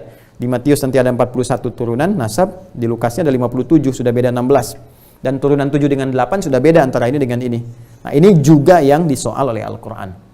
Ya, kok bisa gitu turunannya dari sini, kejadian terjadi seperti ini, melahirkan, bahkan kemudian ada di sini Maria, ya. Maria mengandung anaknya Yusuf. Jadi di sini turunannya ke Yusuf nanti. Ya, jadi Marianya punya punya suami, ya, namanya Yusuf, bukan Yusuf yang ini. Ya, nanti punya suami namanya Yusuf, melahirkan Yesus disebutnya, ini yang menjadi Kristus kemudian hari. Ini disoal, ya. Nanti Al-Qur'an akan meluruskan itu, termasuk di kisahnya Maryam. Bagaimana Al-Qur'an membebaskan Maryam dari tuduhan, ya, dan memuliakannya, dan bagaimana Nabi Isa alaihissalam disebutkan 25 kali dalam Al-Qur'an. Padahal Nabi Muhammad disebutkan 4 kali, Ahmad disebutkan sekali gitu kan. Ini jadi persoalan yang sangat serius. Kita misalnya buka di sini di halaman 97. Kita lihat, insya Allah saya benar ya. Bismillahirrahmanirrahim. Ya, kita teman-teman sekalian, kita bisa lihat misalnya, ini nih, benar kan halaman 97. Nih teman-teman sekalian. Nah, ini tuh. Ya, halaman 97. Jadi ini masih kejadian teman-teman sekalian. Ya, kejadian, gitu kan? Masih di kejadian. Nah, ini Alkitab sepanjang tahun, ya, Alkitab dalam 365. Sama juga di sini juga akan ditemukan. Ya, saya sudah cek juga. Nah, kalau teman-teman lihat pasal 38, kan? Nah, ya. Kemudian juga 1 sampai 39, ya. Nanti kita temukan di sininya yang 24, ya. Boleh kita dari 23 juga boleh. Ini sampai 30 sebetulnya nanti ya ke bawahnya nih. Lalu berkatalah Yehuda, biarlah barang-barang itu dipegangnya supaya kita jangan menjadi buah orang. Sungguhlah anak kambing itu telah kukirimkan, tetapi engkau tidak menjumpai perempuan itu. Tadi yang tadi saya sebutkan. Kemudian dia jalan-jalan, ya kan? Kalau mau lebih dahsyat lagi, kita bisa baca dari ayat 20-nya, ya, ayat 20-nya. Ayat 20. Adapun Yehuda yang mengirimkan anak kambing itu dengan perantaraan sahabatnya, orang Adulam itu, untuk mengambil kembali tanggungannya dari tangan perempuan itu. Tetapi perempuan itu tidak dijumpai lagi. Ia bertanya-tanya di tempat tinggal perempuan itu, di manakah perempuan jalang yang duduk tadinya di pinggir jalan di Enaim itu? Jawab mereka, tidak ada di sini perempuan jalang. Kembali dia kepada Yehuda dan berkata, tidak ada, kujumpai dia. Dan juga orang-orang di tempat itu berkata, tidak ada perempuan jalang di sini. Lalu berkatalah Yehuda, biarlah barang-barang itu dipegangnya supaya kita jangan menjadi olok-olok orang. Sungguhlah anak kambing itu telah kukirimkan, tapi engkau tidak menjumpai perempuan itu. Baik. Kemudian, kalau kita tarik ke atasnya lagi, teman-teman sekalian, ini yang paling dahsyat nih, yang tadi saya sampaikan. Dari mana taunya ini menantunya? Ya, kita baca yang 16-nya. Lalu berpalinglah Yehuda mendapatkan perempuan yang di pinggir jalan itu serta berkata, marilah aku mau menghampiri engkau, sebab ia tidak tahu bahwa perempuan itu menantunya. Tanya perempuan itu, apakah yang akan kau berikan kepadaku jika engkau menghampiri aku? Ya, menghampiri itu maksudnya berhubungan seksual. Jawabnya, aku akan kirimkan kepadamu seekor anak kambing dari kambing dombaku. Kata perempuan itu, asal engkau memberikan tanggungannya sampai engkau mengirimkannya kepadaku. Yang tadi yang saya sampaikan. Maka ini maksudnya jalan, kan, cari perempuan-perempuan yang seperti itu. Ini juga kemudian menjajakkan dirinya. Ya, maka terjadi dialog, terjadi kesepakatan, transaksi. Yang ini mau ngasih kambing, ini minta ditambahkan dengan tanggungan, barang-barang tadi disebutkan. Nah, kemudian di ayat 24 sesudah kira-kira 3 bulan, dikambarkanlah kepada Yehuda, Tamar menantumu bersundal, bahkan telah mengandung dari persundalannya itu. Lalu Yehuda berkata, bawalah perempuan itu supaya dibakar. Nah, ini yang paling bahaya, yang paling repot. Jadi begitu ini berhubungan kan teman-teman sekalian, ya. Ini menarik juga nih, ini bisa kontradiktif ya. Kan kalau berhubungan nggak mungkin pakai penutup dan sebagainya, ya kan? Namanya berhubungan, orang berhubungan pasti terbuka. Masa ini bapak nggak kenal kepada menantunya, ya kan?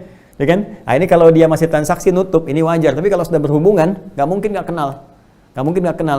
Makanya ketika 3 bulan setelah hubungan itu, Tamar ini mengandung, disebutkan orang-orang ramai karena Yehuda kan di situ dihormati, kan, di suku itu dan seterusnya. Maka ketika disampaikan kepadanya ada perempuan yang bersundal, ya berzina dan sebagainya, dia minta dibakar. Mana orangnya gitu kan? Bakar saja gitu kan? Bahasa kita seperti itulah. Bawalah perempuan itu supaya dibakar. Ini bahasanya nggak saya tambahin, nggak saya kurangi. Waktu dibawa ayat 25, perempuan itu menyuruh orang kepada mertuanya mengatakan, nah ini menyuruh orang, Tamar menyuruh kepada mertuanya mengatakan, dari laki-laki yang empunya barang inilah aku mengandung. Maksudnya apa? Maksudnya dari orang yang bertransaksi tadi, ya kasih tanggungan, ini loh barang-barang yang ditanggungkan beserta kambing, aku ngandung anak itu dari dia ketika melakukan hubungan. Maka apa yang terjadi? Juga dikatakannya periksalah siapa yang mempunyai cap materai serta kalung dan tongkat ini. Nah, ini dijelaskan di sini. Jadi barang tanggungannya ternyata bukan sekedar kambing, ada cap materainya, ada kalung, ada tongkat, gitu kan? Maka Tamar ketika disuruh oleh orang-orang Yehuda untuk kemudian dihadapkannya bahkan akan dihukum, maka Tamar mengatakan, "Hei, aku mengandung ini dari orang yang punya barang-barang ini." Dia nggak sebutkan langsung ya kepada bapak mertuanya ke sini. Lalu apa yang terjadi? Ya, yang terjadi Yehuda memeriksa barang-barang itu ayat 26 lalu berkata, bukan aku tetapi perempuan itulah yang benar karena memang aku tidak memberikan dia kepada Shelah anakku dan dia tidak bersebu lagi dengan perempuan itu. Nah, ini teman-teman sekalian, teruskan dulu ya. 27. Pada waktu perempuan itu hendak bersalin, nyatalah ada anak kembar dalam kandungannya, dan ketika ia bersalin, seorang dari anak itu mengeluarkan tangannya, lalu dipegang oleh bidan, diikatnya dengan benang kirmizis dan berkata, inilah yang lebih dahulu keluar. 29. Ketika anak itu menarik tangannya kembali, keluarlah saudara laki-laki, dan bidan itu berkata, alangkah kuatnya engkau menembus keluar. Maka anak itu dinamai dengan Peres. Ini yang saya sebutkan. Ya. Kemudian sesudah itu keluarlah saudara laki-laki yang tangannya telah terikat dengan benang kirmizi itu, lalu kepadanya diberi nama Zerah. Ini yang saya sebutkan. Benar kan? Nah ini jadi kita bisa lihat di Kejadian ya pasal 38 dari 16 lah kalau mau sampai ke 30 seperti tadi yang saya sampaikan.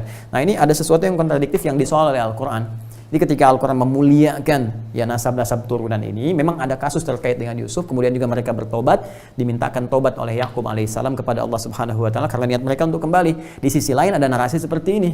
Kok bisa gitu kan anak nabi bertanggung jawab ya dan punya kedudukan dan sebagainya bisa kemudian berzina bahkan dengan menantunya, dan narasi semacam ini nanti akan sangat banyak ditemukan. Ya, bagaimana nanti seorang nabi bahkan berzina dengan anaknya dan sebagainya dan seterusnya. Nah, ini persoalan serius teman-teman sekalian. Ini kemudian berzina dengan menantunya, ini kan punya anak, nanti anaknya meninggal, ini kemudian ada anak yang keduanya, ya tidak dinikahkan dengan dia, tapi kemudian ini menjajakkan dirinya, ini pun mencari jajan di luar. Dari sini mengandung, melahirkan Peres, melahirkan Zerah. Dari Peres ini, di Matius dengan di Lukas disebutkan menurunkan Yesus. Kan jadi persoalan serius di sini. Nah, ini sesuatu yang disoal Al-Quran. Apakah sedemikian itu gitu kan? Apakah seorang Isa alaihissalam, ya kita kan menyebutnya Isa alaihissalam, Isa bin Maryam, seseorang yang sangat dimuliakan di Al-Quran, sangat mulia, ibunya dibebaskan dari zina, itu kan seorang nabi, seorang rasul. Tapi di sisi lain dijelaskan di Perjanjian Lama di sini, ya di pasal Kejadian nanti, termasuk juga nanti di Matius di Perjanjian Baru, kemudian di Lukas ini dijelaskannya sebagai apa? Sebagai turunan dari seorang Peres. Peres anak siapa? Anak zina, anak ini. Kan jadi persoalan gitu kan di sini. Nah ini tolong jangan dipotong ya video-video ini, karena kita juga nanti ingin jelaskan argumentatif secara benar gitu. Jadi makanya kita sertakan referensi-referensi dan kita bisa mendengar. Ya bisa mendengar. Jadi kalau misalnya nanti kita ingin dengar dari sisi sarjana Alkitab atau yang lainnya, nanti bisa dijelaskan kenapa turunannya bisa ke sini. Dan ini tercantum di Alkitab gitu kan dan turunannya. Nah, yang saya ingin sampaikan adalah bagaimana Al-Quran memberikan satu gambaran yang sangat indah. Kata Al-Quran itu, ini timbang loh. Ini masuk akal nggak? Ini timbang loh. Benar nggak referensi sejarahnya seperti ini? Maka Al-Quran menampilkan satu surah Yusuf, menampilkan satu surah Maryam untuk membebaskan Nabi Isa dari tuduhan-tuduhan semacam ini. Isa lahir dari perempuan yang sangat mulia, ya ibunya mulia yaitu Maryam. Kan kemudian juga kakek neneknya mulia, kakeknya Imran. Nanti ada surah Ali Imran. Bahkan dimuliakan keluarga besarnya. Dirilis, diterangkan silsilahnya. Ya, bagaimana kemudian Isa itu Yesus, gitu kan? Ya berasal dari Maryam, Bunda Maria itu. Maryam nanti dijelaskan lagi berasal dari Imran. Ya Imran menikah bahkan dengan istrinya nanti ada Hannah gitu kan. Bahkan dijelaskan di surah Ali Imran itu di ayat ke-35 ya bagaimana bernazar kemudian Hannah istrinya Imran supaya punya anak yang saleh dan terlahir kemudian Maryam diberi nama dengan Maryam di ayat 36, dijaga nanti oleh pamannya namanya Zakaria gitu kan yang nabi juga. Ini kalau mau ditarik ke atas ini Imran bin Qahat bin Azar bin Levi ke sini lagi ketemu ke Levi. Jadi semua dijelaskan dengan sempurna. Ya, jadi bahkan jelas gitu. Nanti Maryam yang ini nanti beda. Yang Qahat yang ini nanti berbeda dengan yang Musa. Ya, yang saya maksud tadi Musa bin Qahat. Musa juga punya dua saudara, satu Harun, yang satu Maryam lagi. Makanya disebut dengan ya ukhta Harun. Wahai saudaranya Harun. Jadi yang ini nanti masuknya ke Yahuda. Yang ke Yahuda ke sini ke garisnya. Jadi sama-sama di garis Yahuda. Saya koreksi ya. Sama-sama di garis Yahuda, tapi dijelaskan ya dari sini ke Maryam, dari Maryam ke Imran dengan Hannah, ke atasnya lagi sampai ketemu dengan Yahuda. Nanti dibedakan antara Maryam yang ini dengan Maryam yang saudarinya Musa. Musa punya saudari namanya siapa? Satu Harun, ya beda usia 3 tahun, kakaknya lagi Maryam. Makanya disebut ya ukhta Harun gitu kan. Ya ketika dituduh Maryam ini mohon maaf sekali berhubungan dengan cara yang tidak baik, berzina gitu kan. Maka kaumnya mengatakan ya ukhta Harun, hei saudari Harun. Ya ada orang menyoal kok jauh banget dengan Harun. Bahasa Al-Quran sangat tinggi. Ini bahasa kiasan. Seakan-akan ingin memberikan kesan bahwa kamu itu orang baik seperti Maryamnya saudari Harun baik kepada Musa. Kamu itu kan orang baik. Ya, seperti Imran, kemudian seperti dengan ke Zakaria. Bukankah di sini Maryam dekat dengan Harun? Bukankah Harun membantu kepada Musa alaihissalam? Bukankah Maryam dekat dengan Zakaria? Jadi diposisikan seperti majas di situ. Ya. Nah, jadi itu sangat luar biasa. Kamu ini perempuan baik, kamu ini perempuan yang baik-baik. Kenapa bisa kemudian tiba-tiba mengandung melahirkan? Maka dijawablah, maka turunlah Quran surah Maryam dengan namanya, surah 19 menjelaskan itu dari ayat 26 sampai dengan ayat 33. Ya, sampai mengatakan nanti di ayat 31-nya jelas. Ya ini Abdullah dan terusnya sampai membebaskan tuduhan kepada ibundanya. Ini jelaskan nasabnya sangat mulia sekali, sangat suci sampai ke sini. Nah, ini yang disoal oleh Al-Quran, kok bisa ada narasi begini? Makanya Al-Quran memberikan pandangan, ayo diuji dong secara sejarah gitu kan, apakah benar begini? Apakah benar seperti itu? Diuji semuanya. Makanya ketika Anda turunkan nasabnya, kok bisa di Matius 41 sedangkan di Lukas 57 nasabnya ke atas? Ya kalau dikatakan, ada yang mengatakan begini di antara sarjana Alkitab, Ya karena ini kan nasabnya dari Maryam, dari Maria gitu kan. Maria dialihkan ke atas gitu kan. Dari Yusuf, dan ketika menikah dengan Maria mengandung melahirkan Yesus. Sedangkan ini turunnya berbeda, nggak disoal dari Marianya. Boleh lah. Ini dikatakan dari Daudnya. Tapi ketika kita naikkan dari Daud ke atas, dia ada keturunan 7 dan ke-8, namanya sudah beda. Nama yang di sini tidak sama dengan nama yang di sini. Jadi persoalan.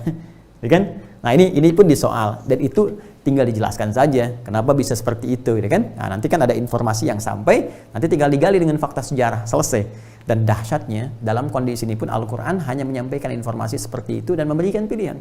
Anda yakin? Silahkan bersyahadat. Tidak yakin pun kembali kepada masing-masing dan kembali kepada Allah dengan segala konsekuensi yang telah dipilih. Itu dahsyatnya. Jadi bagaimana membangun kedewasaan dalam menerima informasi, mencari kebenaran yang sejati, tidak mencari pembenaran, tapi saat yang bersamaan memberikan pilihan sesuai dengan objektivitas masing-masing. Itu yang top, yang dahsyat, kan? Nah, jadi nggak benar juga, nggak boleh juga ada orang-orang Islam kemudian mencela dan sebagainya. Boleh, nggak boleh mencela. Di Al-An'am di ayat yang 108 jelas, la tasubbu, ya, jangan kalian mencela. Ya, orang-orang yang menyembah selain Allah Subhanahu wa taala itu jangan berbeda keyakinan, jangan, kalau bahasa kita jangan mencela orang beda keyakinan, nanti sadar nggak sadar dia mencela Allah, mencela Tuhan kita gitu kan, yang kita yakini kebenarannya. Jadi jangan saling mencela. Yang ada adalah saling menyampaikan argumentasi, menyampaikan pengetahuan, kemudian diuji, dan dari pengujian itu serahkan kepada keyakinan masing-masing. Wah, itu luar biasa, ya. Lakum dinukum waliyadin. Nah, ini teman-teman sekalian, ini juga yang disoal nih. Ya. Nanti ini bersamaan ikut hijrah nanti dengan Yusuf. Nanti saya jelaskan Yusufnya dulu. Setelah itu nanti kita akan terangkan bahwa nanti ini saat hijrah punya 3 anak, ini 6 anak, ini 3 anak, ini 5 anak, 2 orang yang laki-laki meninggal, 3 orang perempuan ikut. Kemudian Izzahar juga nggak banyak disebutkan referensinya teman-teman sekalian, kecuali Izzahar ini terlibat dalam persekongkolan untuk kasusnya Yusuf saja ya, di narasi-narasi ini, termasuk juga dengan Zabalon terlibat persekongkolan dengan narasi terkait dengan Yusuf. Tapi nanti ini pun akan menurunkan 4 orang anak yang ikut ke Mesir, ini juga 3 orang anak ikut ke Mesir saat hijrah ya. Yusuf alaihissalam sudah menjadi pembesar, kemudian ikut ke keluarga Potifar pada saat itu, dia membantu sampai diangkat dia menjadi orang kedua di kerajaannya Mesir pada saat itu. Rahil Yusuf ini udah ada suratnya di Al-Quran, surah ke-12, 111 ayat. Ya, di Alkitab juga tampilannya mulia, ya, sampai nanti dijelaskan banyak hal, termasuk di pasal 39 yang menerangkan tentang Yusuf, di Kejadian, masih di Genesis ya, pasal 39 nanti diterangkan bagaimana seorang Yusuf itu yang sangat mulia sampai dirawat oleh Potifar, sampai di tempat Potifar yang tadinya diambil itu ya. Cuman perbedaan dengan Al-Quran, di sini kan tadi saya dikatakan Ruben yang mengusulkan dilemparkan ke dalam sumur, nanti Ruben akan ngambil, ternyata ini diambil duluan. Ini lucu juga di sini ya, dilemparkan ke sumur tapi diambil lagi gitu. Nah, ini juga agak ada pertanyaan. Jadi narasinya begini. Narasinya Ruben mengusulkan lemparkan ke dalam sumur. Ini kan sumur ya, fi ghayabatil jub yaltaqitu ba'da sayar, ini bahasa Al-Qur'an. Jadi ketika dilemparkan ke dalam sumur ini, berharap Ruben ketika mereka meninggalkan ini dia akan nyelamatin, ya kan? Tapi ternyata mereka ini setelah melemparkan ini mengambil lagi dan menjuallah kepada orang-orang Ismail. Ini persoalan juga. Ismail siapa di sini? Kok tiba-tiba disebutkan? Ini persoalan serius. Ya, dan kalau sudah mereka mau lemparkan ke sini, kenapa mereka harus ambil lagi kemudian kali? Ya, kalau dilempar, logikanya kan kalau kita lempar tinggalkan, kan? Ini dilempar, ya kemudian diambil lagi, lalu dijual pada orang-orang Ismail kemudian menjual kepada orang-orang dari kalangan Mesir sampai nanti dirawat sama keluarganya Potifar. Kalau ini disebut Potifar, ya. Kalau kita di redaksi Arab menyebutnya Potifar. Ini jual kembali. Nah, ini tidak ada masalah sih kalau mau dijelaskan dan turunan-turunannya sehingga menjadi tatanan informasi semata, kan? Baik teman-teman. Kemudian Yusuf sudah kita ketahui kisahnya. Kalau nanti mau ngaji, saya menyampaikan ini di Masjid Al-Fathu di Soreang ya. Jadi bahas tentang kisah Yusuf. Nah, yang paling menarik di surat Yusuf itu teman-teman sekalian, itu dibuka ayat 3-nya. Ya, ayat 3-nya. Itu dibuka dengan kalimat yang sangat indah sekali. Nahnu naqussu 'alaika ahsanal qasas. Ya, nahnu. Langsung pakai nahnu. Naqussu 'alaika ahsanal qasas. Jadi kalau di Al-Qur'an itu ada kata nahnu dan turunannya itu bisa na begini. Bisa inna pakai taukid, inna pakai na gitu kan? Nah, bisa inna begini, bisa na begini. Kalau yang na begini, inna digabungkan ada 2 begini, seperti inna anzalna. Ya, ini na-nya ini kependekan dari nahnu. Nahnu ini fungsinya kalau bahasa Arab biasa standar itu untuk menunjukkan bentuk jama'. kalau ke makhluk. Tapi kalau keterangannya terkait dengan informasi dari Al-Quran disandarkan kepada Allah, maka dia punya dua fungsi. Satu, ta'zimun nafsi, ta'zim an-nafsi. Yang kedua, ta'zimus sya'ni, ta'zimus sya'ni. Nah, seperti ini, sya'ni, ta'zimun nafsi, ta'zimus sya'ni.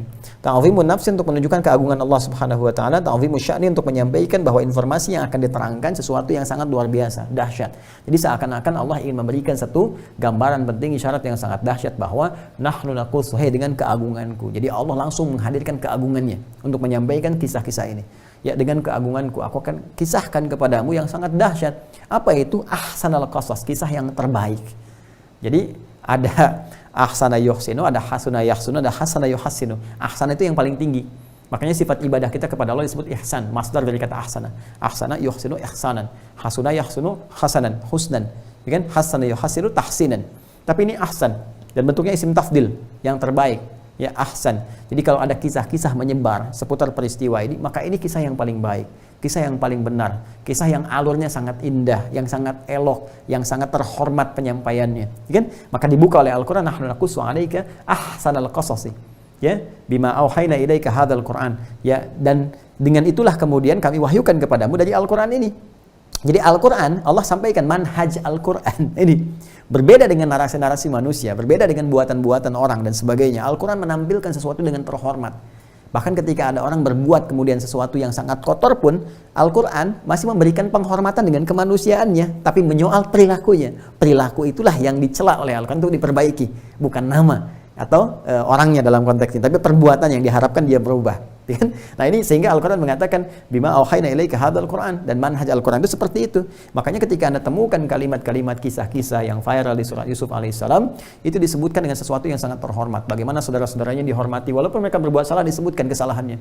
Bagaimana mereka bersekongkol, bertempat untuk kemudian membuat sesuatu yang buruk terhadap Yusuf. Ada yang mengusulkan dalam rapat bunuh Yusuf, kan? Kemudian yang lain mengatakan jangan bunuh, lemparkan aja ke tempat gelap ya. Yaltaqitu ba'du sayyara, mungkin dia diambil orang. Tujuan kita kan menjauhkan saja. Ini mungkin kalau kita compare dengan yang ada di Alkitab ini, kita akan temukan, oh mungkin itu yang disampaikan di Alkitab ini Ruben yang mengusulkan, kan? Untuk jangan dilemparkan itu. Oh ini yang mengusulkan untuk yang kurang bagusnya ini turunan-turunan yang lainnya, ya kan? Tapi Al-Quran tetap menampilkan kemuliaan dengan perbuatan. Ini rahasia yang ditafsir kenapa orang-orang yang nggak bagus seringkali ditampilkan dalam bentuk inisial, dan itu menjadi fitrah. Makanya di kepolisian di mana-mana pun kalau ada orang berbuat jelek kan nggak dipublish dulu kan namanya, tapi inisialnya dulu kan. A, B, A, B, A, B sampai dia jelas, sampai paham, sampai apa, baru untuk kebutuhan administratif disebutkan keseluruhannya. Nah, ini teman-teman sekalian. Dan nggak ditemukan kisah-kisah seperti tadi disebutkan. Yahuda pernah berzina dengan menantunya, Ruben berzina dengan ibu mahramnya dan sebagainya. Itu nggak ada gitu. Nah, makanya Al-Quran nanti memberikan narasi-narasi yang sangat indah, membenarkan kisah ini, ya bahwa ada kisah Yusuf punya 11 saudara, dan Yusuf bermimpi, dan ini pun ada juga, ya bermimpi dan dimuliakan dengan mimpi itu 11 gemintang, kemudian dengan 1 rembulan dan matahari bersujud kepada sebagai penghormatan.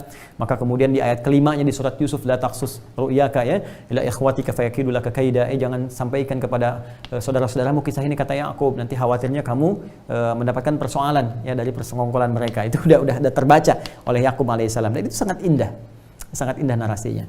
Nah itu teman-teman sekalian. Kemudian adiknya Bunyamin, nanti Yusuf punya 2 orang anak, Manishya dengan Afraim, Manishya dengan Afraim atau Efraim, ya. Kemudian adiknya Bunyamin ini punya 10 orang anak. Nah, saya berbicara nanti dalam konteks Yusuf sudah singkatnya dewasa saja. Nanti di surat Yusuf kalau kita bahas terlalu jauh nanti materinya ya. Sementara kita kan ingin ngejar ke keturunan Yahudi itu nanti di mana gitu kan, dan seperti apa dan bagaimana membangun kerajaan sampai ada imajinasi bahwa ini makhluk terhebat, makhluk terkuat dan sebagainya. Itu munculnya kapan? Sampai nanti ada didoktrinasi sampai kekinian, sampai ada Talmud. Nanti saya ceritakan sampai situ insyaallah dalam kesempatan mungkin yang berbeda ya. Nanti kita runtut dulu ini. Nah, nanti ini punya 10 anak. Ya, Yusuf nanti singkatnya sudah menjadi pembesar di Mesir, orang kedua. Ya, orang kedua, ada yang menyebut nanti menteri keuangan, ada yang menyebut perdana menteri gitu kan. Dia ada juga yang narasi membuat pengganti Gutifar yang saat itu menjadi seorang perdana menteri langsung orang kedua setelah raja, setelah Firaun, Farainah. Ya, Firaun yang dimasukkan raja-raja Mesir. Ya, raja-raja Mesir dengan gelarnya. Kemudian ini dari Zulfa juga ada Jad, ya, kemudian juga ada Asyur. Ini juga nggak banyak dikisahkan teman-teman sekalian, tapi ini nanti meninggalkan keturunan. Di sini ada 7 ya anaknya, ya nanti yang ikut juga berhijrah kembali ke sini. Kemudian juga ada Asyur di sini. Asyur kalau nggak salah dia 4 ya, ada keturunan dia bawa. Kemudian Balha juga nanti ada Dan punya 1 orang anak. Kemudian yang terakhir ini adiknya juga ada 4 orang anak. Nah ini kemudian semuanya secara singkat itu hijrah ke tempatnya Yusuf alaihissalam. Yusuf bersama bapaknya Yakub alaihissalam. Ya nanti bersama ibunya sebagian karena nanti Rahel sudah meninggal. Ya nanti ikut hijrah bersamaan ke sana. Dan disitulah kemudian disebutkan bagaimana Yusuf dimuliakan, boleh membawa semua keluarganya ke sana, dan hiduplah kemudian mereka meninggalkan tempat yang sudah berdomisili di sini ke tempat baru yaitu di Mesir. Ya, di Mesir di sini. Dan kurang lebih mereka hidup selama 400 tahun dalam narasi di riwayat-riwayat itu, termasuk juga di kisah-kisah yang kita dapatkan. 400 tahun nanti ini. Nah, dan di sini meninggal keseluruhannya. Yakub meninggal di situ, kemudian Yusuf juga meninggal, dan semua orang ini meninggal, yang 12 ini, yang Bani Israel. Tapi yang paling menarik, narasi Al-Quran menyebutkan ketika mereka hendak berpindah ikut hijrah kepada Yusuf alaihissalam yang sudah ada di sini, maka mereka menyesali dulu perbuatannya yang telah mencelakai Yusuf sejak kecil. Jadi mereka sadar itu salah, gitu kan? Mereka sadar itu keliru. Kemudian mereka minta kepada bapaknya, "Bapak, tolonglah kami minta diampunkan kepada Allah Subhanahu wa taala. Kami minta bertobat kepada Allah Subhanahu wa taala." Maka bapaknya mohonkan istighfar kepada Allah Subhanahu wa taala. Ya karena itu mereka juga disebut dengan orang-orang yang memohonkan ampunan, memintakan tobat kepada Allah, ya. Tobat itu kalau dalam bahasa Arab kekinian kan disebut dengan taba. Ya tubu. Ya, seakar dengan ini adalah hada. Hada yahdu, gitu kan? Seperti ini. Kan? Nah, maka dari sini jamaknya dikatakan hadu. Nah, ya, hadu. Nah, hadu orang yang kembali, orang yang taubat. Makanya nanti indah sekali di Al-Quran itu teman-teman sekalian, ada satu diksi yang ditampilkan oleh Al-Quran untuk menyebutkan nama ini. Seperti Al-Baqarah ayat 62. Innal ladzina amanu, paling kiri sebelah atas ya di mushaf standar. Innal ladzina amanu wal ladzina hadu wan nasara was-sabiina man amana billah. Awas, ada kalimat ini sering dipotong nih. Sementara orang nggak bertanggung jawab, yang bawa paham semua agama sama itu ya, dia potong-potong ayat tuh. Yang potong video aja bermasalah, apalagi potong ayat itu kan. Nah, ini teman-teman sekalian, innal ladzina hadu, innal ladzina amanu wal ladzina hadu. Semua orang-orang yang beriman itu, dan orang-orang, nah terjemahan kita disebutkan Yahudi kan? Ya di situ kan? Padahal Yahudi juga ada lagi nanti di Al-Quran, termasuk nanti di penutup juz yang ke-6 di Al-Maidah itu kan, la tajidanna asyadan nasi adawatan lil ladzina amanu yahud. Nah itu Yahudi disebutkan lagi. Yahudi nanti ada perbedaan di antara diksi ini. Jadi di sini ingin menunjukkan bagaimana mereka itu pernah bertobat. Makanya ketika disoal oleh Al-Quran selalu seperti itu. Kamu ini kan keturunan orang-orang yang pernah tobat kepada Allah Subhanahu wa taala, pernah minta kepada bapakmu kan, ditobatin kepada Allah ya supaya bagus lagi, supaya baik lagi. Janganlah bersikap yang semena-mena, jangan bersikap yang buruk. Itu di antaranya. Nah, jadi teman-teman sekalian, jadi ini dinarasikan oleh Al-Quran, disampaikan kepada kita bahwa sebelum berhijrah ke Mesir bersama Yusuf alaihissalam, nanti bertemu dengan keluarganya, dengan Yakub, dengan ibu-ibunya, kecuali Rahel ini ya, dan bertemu dengan Yusuf, menyatu di sana hidup nanti selama 400 tahun. Ini udah tobat duluan, ya, udah tobat, udah jadi baik, jadi nggak ada masalah di sini. Ya, jadi ketika gabung ke sini, udah berketurunan 12. Nah, ini dari 12 ini dijaga teman-teman sekalian. Dari 12 ini kemudian terjaga klannya, klan ini, klan ini, klan ini, klan ini, klan ini. Nah, masing-masing nanti ada pemimpinnya. Dan tadi kan saya katakan kan di narasi Alkitab ini bahwa diwasiatkan, dinubuatkan oleh Yakub alaihissalam, atau nanti disebut dengan Israel, hamba yang saleh, bukan yang sekarang ya, yang muncul. Nah, nanti ini yang akan diteruskan kepada Yahuda nanti. Ya, sepeninggal nanti Yusufnya, ini yang memegang kemudian kesulungan baik dari kepemimpinan dan terusan-terusannya sampai nanti disampaikan juga nanti pernyataan di Alkitab. Ini nanti akan menurunkan tongkat estafet sampai dengan ke Mesia, ke Yesus. Cuman persoalannya yang tadi, Yesusnya lahirnya dari sini gitu kan. Peresnya lahir dari Tamar lahir dari perselingkuhan atau perzinahan. Ini yang dipersoalan. Nanti kita akan bahas ketika sampai ke situ. Nah, jadi ini meninggal semua. Ya.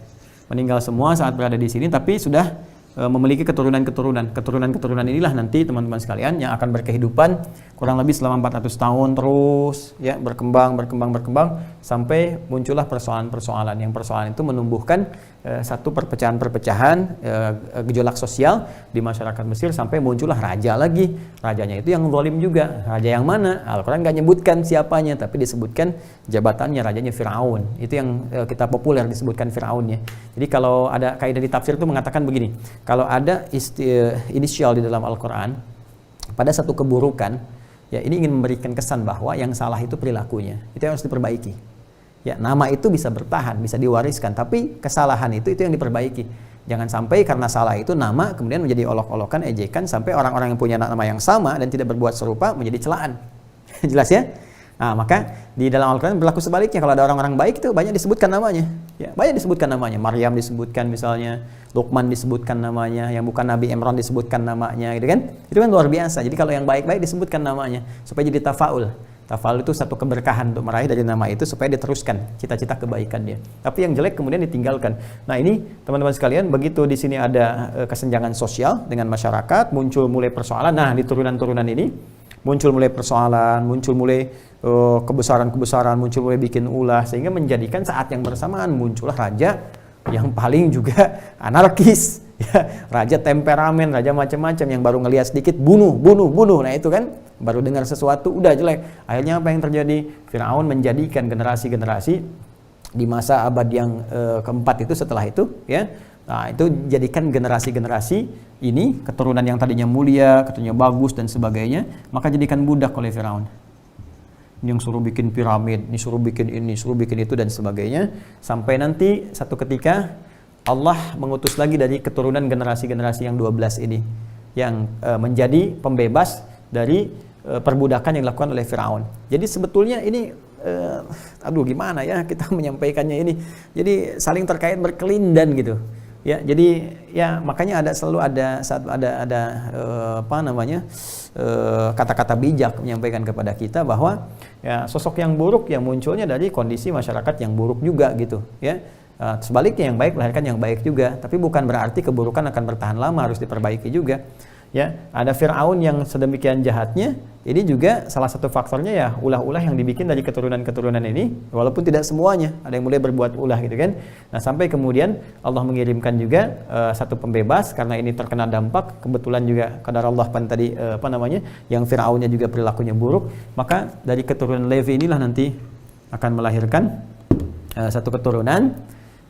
Dari keturunan ini nanti muncul Imran, bukan Imran yang bapaknya Maryam ya. Nah, Imran bin Qahat bin Azar bin Levi. Dari Imran nanti melahirkan 3 orang anak. Anak pertamanya perempuan namanya Maryam, anak keduanya Harun, anak ketiganya Musa.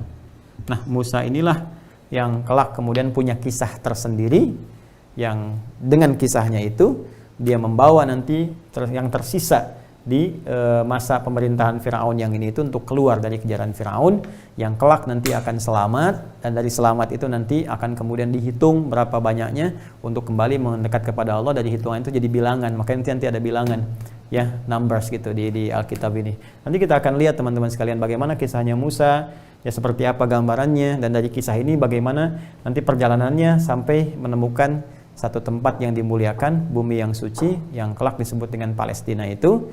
Dan setelah itu bagaimana kejadian-kejadian secara dinamis terjadi sampai memunculkan kondisi sampai saat ini. Nah, itu nanti kita bahas lagi di kesempatan yang berikutnya ya, jadi teman-teman sekalian. Oh, nggak terasa ya, jam berapa sekarang? Jam berapa, Mas? Oh, jam 9. Wah, udah 1,5 jam ya saya nerangin ya, padahal baru nerangin nasab aja tuh. Ya, baru nerangin nasab teman-teman, nggak kerasa ya. Coba kita lihat dulu nih apa yang bisa diumumkan buat teman-teman sekalian. Ya Allah, ya Rabbi, Allahumma sholli ala sayyidina Muhammad. Nah, ini coba kita lihat. Ya, ini sudah. Jadi ini ya yang saya sampaikan.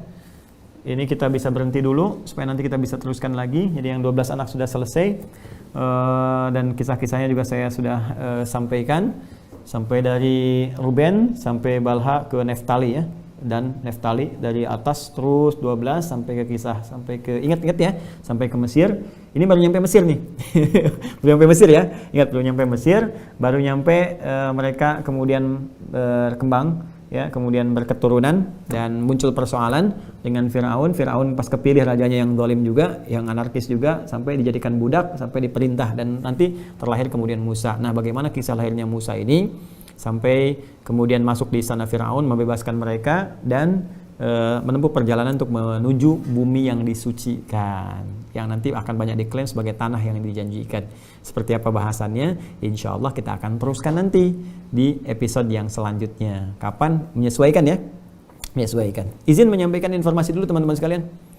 Kalau yang sumber-sumber tadi nanti bisa dilacak ya. Ini ingat ya, jangan dipotong ya. Kalau dipotong-potong nanti jadi persoalan. Sekarang seringkali ada orang yang mencoba untuk membuat situasi menjadi tidak kondusif ya, mencoba memecah belah satu dengan yang lainnya, bahkan diadu, ada yang diadu dengan pemerintah, ada yang memecah belah bangsa, diadu dengan umat agama lain dan sebagainya. Padahal kajian-kajian semacam ini ilmiah, argumentatif, jadi indah, jadi saling mencari kebenaran gitu kan.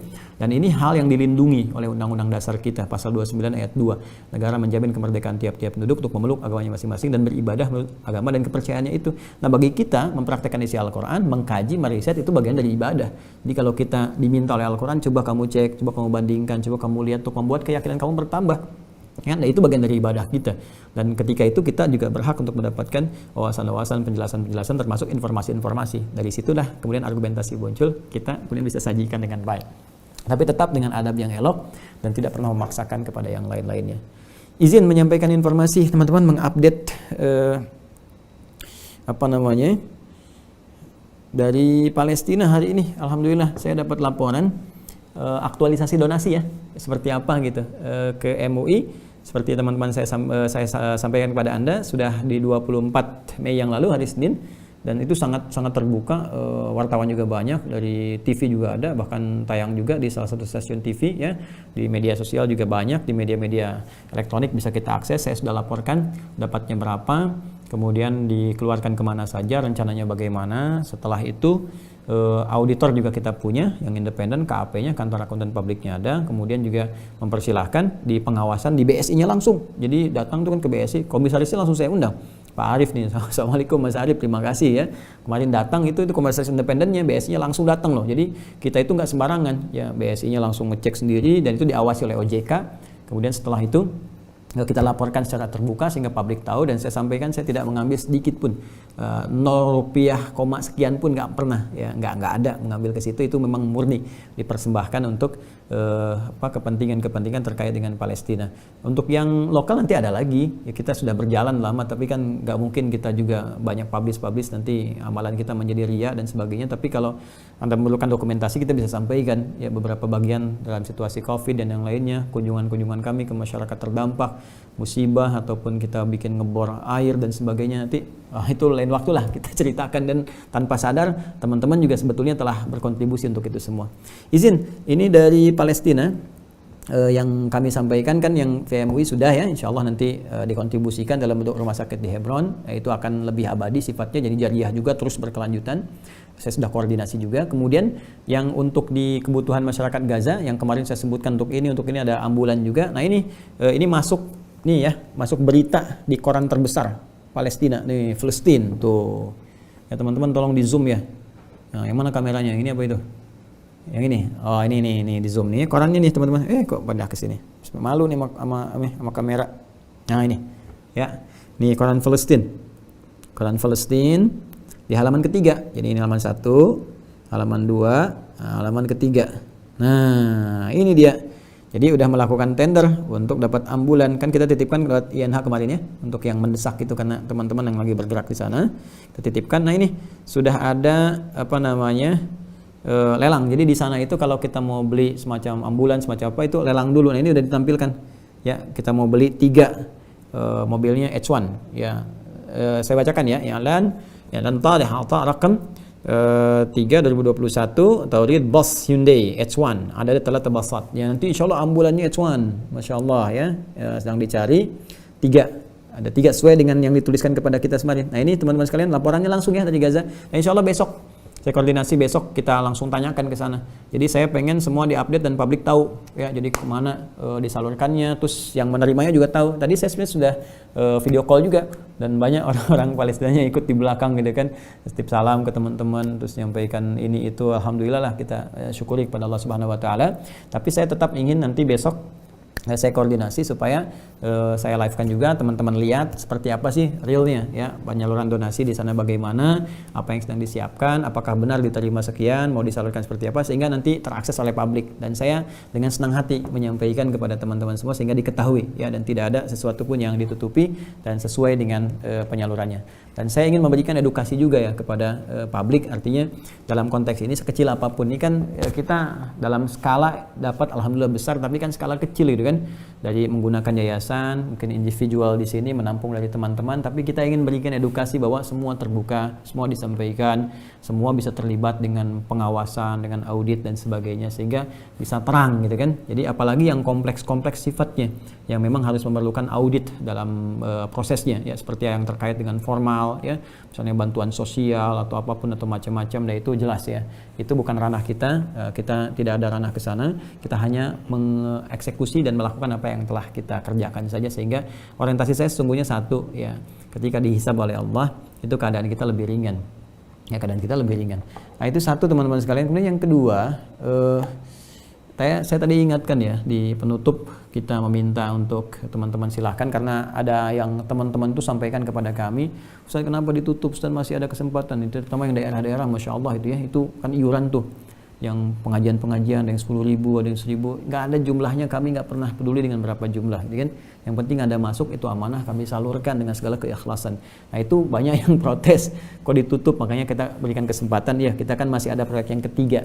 Yang ketiga ini yang saya, kalau teman-teman tahu, saya kemarin baru safari itu sampai ke Jawa kemana gitu kan, terus kita juga ketemu rektor, ketemu beberapa yang lain untuk mengaktualisasikan atau mengimplementasikan rencana yang ketiga itu, menampung nanti pelajar-pelajar di sana, Palestina bisa belajar di sini, kita dirikan Rashid, rumah studi Al-Quds kan, dan saya akan minta yang dikirim saya yang hafid Quran.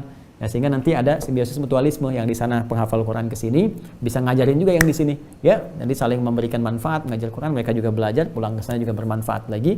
Nah, itu kita salurkan ke situ. Jadi kita buka kembali insyaallah, dan rekening itu akan dikhususkan sehingga mudah dipantau ya, baik oleh bank yang mudah dipantau, kemudian auditnya juga gampang dan publikasinya juga enak gitu kan. Nah, tapi saat yang bersamaan saya juga terima informasi bahwa ada pihak-pihak yang sengaja ingin menebar kebencian, ingin menebar fitnah, dan juga ini yang paling harus diwaspadai, memecah belah kebangsaan kita. Ya, ada yang membenturkan dengan istana, mencoba membenturkan dengan pemerintah, mencoba membenturkan dengan pihak-pihak kepercayaan lain dan sebagainya gitu kan, dan tidak bertanggung jawab. Saya sudah ingatkan, jangan pernah mengganggu singa yang sedang berzikir, karena kalau sudah mengaum itu sulit dihentikan. Anda nggak akan bisa hentikan. Ya, maka ini peringatan saya di malam ini. Kalau besok kemudian saya masih melihat yang seperti itu, nggak diturunkan, nih ada akun-akun suara istana, apalagi tuh, suara inspirasi, apalagi anak bangsa ya, terus ada akun-akun yang spesifik tuh, siapa namanya, Hekokun tadi apa siapa lagi tuh, saya nggak kenal gitu ya. Nah, tolong teman-teman, tolong ya screenshot aja tuh, screenshot. Kalau besok itu nggak hilang, itu saya akan ambil langkah yang sangat spesifik sekali. Ya, dan kita beri pelajaran, kita nanti besok ya, saya akan cek lagi ya, karena gini, kalau bagi saya pribadi nggak akan berpengaruh ya, saya bisa tinggal istirahat, tinggal lari, tinggal latihan olahraga ya, latihan silat dan macam-macam. Cuma ini untuk situasi kebangsaan, karakter begini berbahaya, ini potensi, kalau dibiarkan ini potensi chaos, potensi yang sangat buruk, merusak karakter bangsa gitu kan. Dan saat kita sedang mengaktualisasikan, mengamalkan amanat undang-undang kita, ini kan amanat undang-undang. Maka setiap presiden itu menjaga, pernyataan Bung Karno sampai Pak Jokowi sekarang itu kan selalu selaras, itu selalu senafas sikapnya terhadap Palestina. Dan kita terdorong dengan undang-undang, saat bersamaan kita pun juga memperhatikan situasi internal di dalam. Tiba-tiba muncul ya akun-akun yang semacam itu, bukan hanya menyoal tapi menebarkan gambar-gambar yang tidak elok, tidak pantas, membuat fitnah. Saya akan lihat besok kalau masih ada, maka Anda mencoba mengganggu singa yang sedang berzikir. Dan kita lihat bagaimana reaksi singa itu ketika dia mengaum ya. Terima kasih teman-teman sekalian untuk malam hari ini. Semoga Allah berkahi kita semua, semoga Allah menyayangi kita. Saya mohon maaf kalau ada hal-hal yang kurang berkenan. Ini sekali lagi kita bisa pelajari, cek kembali, tanya pada guru-guru kita, dapatkan wawasan. Dan mohon izin teman-teman yang di Katolik ya, dan ataupun juga di mungkin kan Katolik berbeda dengan Kristen ya, tapi kan ada juga kesamaan di referensi di Alkitabnya atau di Bible-nya. Boleh nanti teman-teman juga menyampaikan misalnya tentang ini, kalau ada argumentasi yang lain, ingin menjelaskan, ingin apa, boleh. Saya sangat bersenang hati. Boleh juga tergabung dengan channel saya di sini, supaya ketika saya kan sifatnya hanya menyampaikan, kemudian teman-teman bisa saling mengklarifikasi atau juga melengkapi dan sebagainya. Dan saya selalu membawa manhaj Al-Quran, lakum dinukum waliyadin ya. Kalau memang pun ada kebenaran di pihak kami di Muslim, tetap kita tidak akan pernah memaksakan. Ini loh, seperti ini yang dibangun informasi dan sebagainya, kembali ke masing-masing. Jadi indah diskusi yang berlangsung seperti itu. Atau nanti juga kita bisa libatkan misalnya sarjana-sarjana dulu yang mu'alaf juga ada, seperti disampaikan ya, Ustadz Bangun Samudra, Ibu Umi misalnya Ustadzah Iren Handono dan lain sebagainya, sehingga tertempatkan di tempat yang benar wawasan keilmuan itu, dan diberikan masyarakat pilihan yang seluas-luasnya. Saya kira itu teman-teman sekalian yang bisa kita gali di malam hari ini. Semoga Allah merahmati kita, memberikan perlindungan kepada kita semua, menyayangi kita dan memaafkan kesalahan-kesalahan kita. Allahumma taqabbal minna innaka antas samiul alim wa tub alaina innaka antat tawwabur rahim. Rabbana atina fid dunya hasanah wa fil akhirati hasanah wa qina adzabannar. Sallallahu ala sayyidina Muhammad wa ala alihi wa sahbihi ajma'in. Wa akhiru da'wana subhanakallahumma bihamdika asyhadu an la ilaha illa anta nastaghfiruka wa natubu ilaik. Alhamdulillahirabbil alamin. Jumpa esok insyaallah pukul 7:30 seperti saat ini, langsung update penyaluran donasi dari Gaza yang bisa dipantau langsung oleh seluruh publik di tanah air atau di luar Indonesia. Assalamualaikum warahmatullahi wabarakatuh.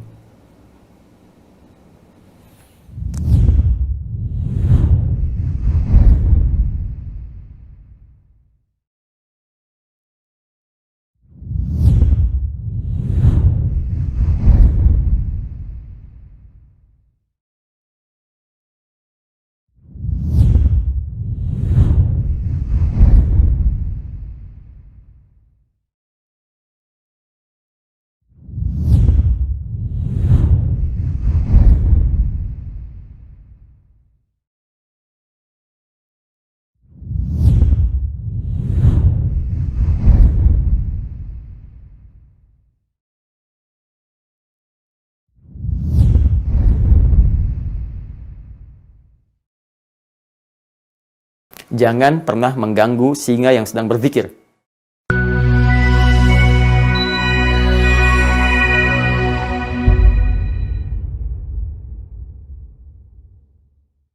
Bismillahirrahmanirrahim. Assalamualaikum warahmatullahi wabarakatuh. Alhamdulillah, wassalatu wassalamu ala rasulillah wa ala alihi wa sahbihi wa man walah wa ba'd. Saudara-saudariku dimanapun Anda berada, izinkan saya, Adi Hidayat, menyapa dan mendoakan kita semua. Semoga senantiasa dirahmati, diberkahi, dan dilindungi oleh Allah Subhanahu wa Ta'ala. Hari ini, Kamis, tanggal 15 Syawal, tahun 1442 Hijrah, bertepatan dengan 27 Mei 2021. Kami ingin menyampaikan rasa bahagia, gembira, dan puncaknya syukur kepada Allah Subhanahu wa Ta'ala atas kesuksesan kita bersama dalam mempublikasikan donasi yang telah terkumpul, khususnya pada tanggal 24 Mei itu yang berlangsung di Majelis Ulama Indonesia. Alhamdulillah, seluruh stakeholder dalam penyaluran donasi hadir, baik lembaga kemanusiaan yang bertugas di Gaza tentunya, juga Dubes Palestina, juga stakeholder terkait, bahkan komisaris BSI, Bank Syariah Indonesia, diiringi juga oleh ayahanda kita, seluruh unsur pimpinan Majelis Ulama Indonesia hadir di dalamnya. Baik, namun demikian, alhamdulillah semangat masyarakat Indonesia luar biasa tinggi, dan kami memohon maaf, kemarin itu sempat kita harus berhenti dulu untuk kita rekap, kita audit, kita publikasikan secara terbuka, sehingga dapat dengan clear, ya, bersih, diketahui masyarakat, terbuka, dan mengetahui bagaimana itu diterima dan disalurkan. Alhamdulillah atas banyak masukan masyarakat, bahkan ada yang menyesalkan, Ustadz kenapa ditutup ya. Jadi mohon bersabar. Dan kemarin setelah dari MUI, saya juga langsung roadshow salah satunya untuk bisa memfasilitasi agenda yang ketiga yang kita rencanakan dalam tahapan penyaluran dana, yaitu untuk bisa menampung pelajar-pelajar Palestina untuk sekolah, ya, dan bisa belajar di kampus-kampus, bahkan yang terkemuka insya Allah di Indonesia. Jadi kami juga datang ke beberapa tempat, berkomunikasi. Alhamdulillah responnya sangat baik. Bahkan ada yang sudah menawarkan langsung jikalau kemudian itu akan terjadi. Dan tentunya kita akan berkoordinasi ya ke depan dengan Kementerian Pendidikan yang ada di Palestina, seperti apa proses itu bisa berlangsung. Tapi intinya, saya mencoba memegang amanah dengan baik dan tanpa mengambil 1% pun. Ya. Jadi insya Allah kita tidak memotong sedikit pun untuk disalurkan sepenuhnya demi kepentingan yang telah kita niatkan. Insya Allah. Teman-teman, berita baik bagi Anda yang kemarin banyak bertanya, apakah dibuka kembali, kan? Apakah kemudian akan diteruskan? Insya Allah. Per hari ini, kami sampaikan kembali kepada kawan-kawan bahwa donasi tetap terbuka. Sekali lagi, donasi tetap terbuka, atau saya katakan dibuka kembali dengan rekening yang sama. Dan insya Allah rekening ini hanya akan dikhususkan untuk persoalan Palestina saja, untuk support kepada bangsa, masyarakat, rakyat Palestina saja. Rekening yang sama ya, Yayasan Ma'had Islam Rafi'ah Akhyar. Nomor rekening 11111. 5 kali, masih ingat ya? 11111. Kemudian 777, 3 kali, 77763. Ya. 111117773 atas nama Yayasan Ma'had Islam Rafi'ah Akhyar Bank Syariah Indonesia. Dan ini tentunya saya tegaskan sekali lagi sangat terbuka untuk dipublikasikan, untuk disampaikan hasilnya. Bahkan kita akan update seperti apa itu disalurkan. Pun demikian bagi teman-teman yang mengusulkan, kemarin ada usulan diaudit, usulan untuk dilihat, diteliti, alhamdulillah, terima kasih banyak. Saya mengucapkan terima kasih, usulan-usulan itu kita akan laksanakan. Ya, bahkan kalau perlu Anda punya tim auditor yang ingin berkontribusi, ingin melihat, ingin mengecek, sangat terbuka teman-teman sekalian. Ya, sehingga apa yang kita bisa berikan diketahui untuk persiapan kita melaju kepada hisab Allah di hari kiamat nanti. Sekali lagi, kami tidak mengambil sedikit pun, ini murni untuk diberikan, dan mudah-mudahan Allah berikan kelancaran kepada kita semua. Tapi kami juga ingatkan, ya hati-hati bagi yang sengaja ingin mencari keributan, ingin memecah belah, ya bahkan menghadirkan unsur-unsur fitnah. Awas, hati-hati ya. Kita pun akan melakukan tindakan tegas dengan menempuh langkah hukum. Ya hati-hati, kita sedang mengamalkan amanat konstitusi. Ya, pasal 29 ayat 2, negara menjamin kemerdekaan tiap-tiap penduduk untuk memeluk agamanya masing-masing dan beribadah menurut agama dan kepercayaannya itu.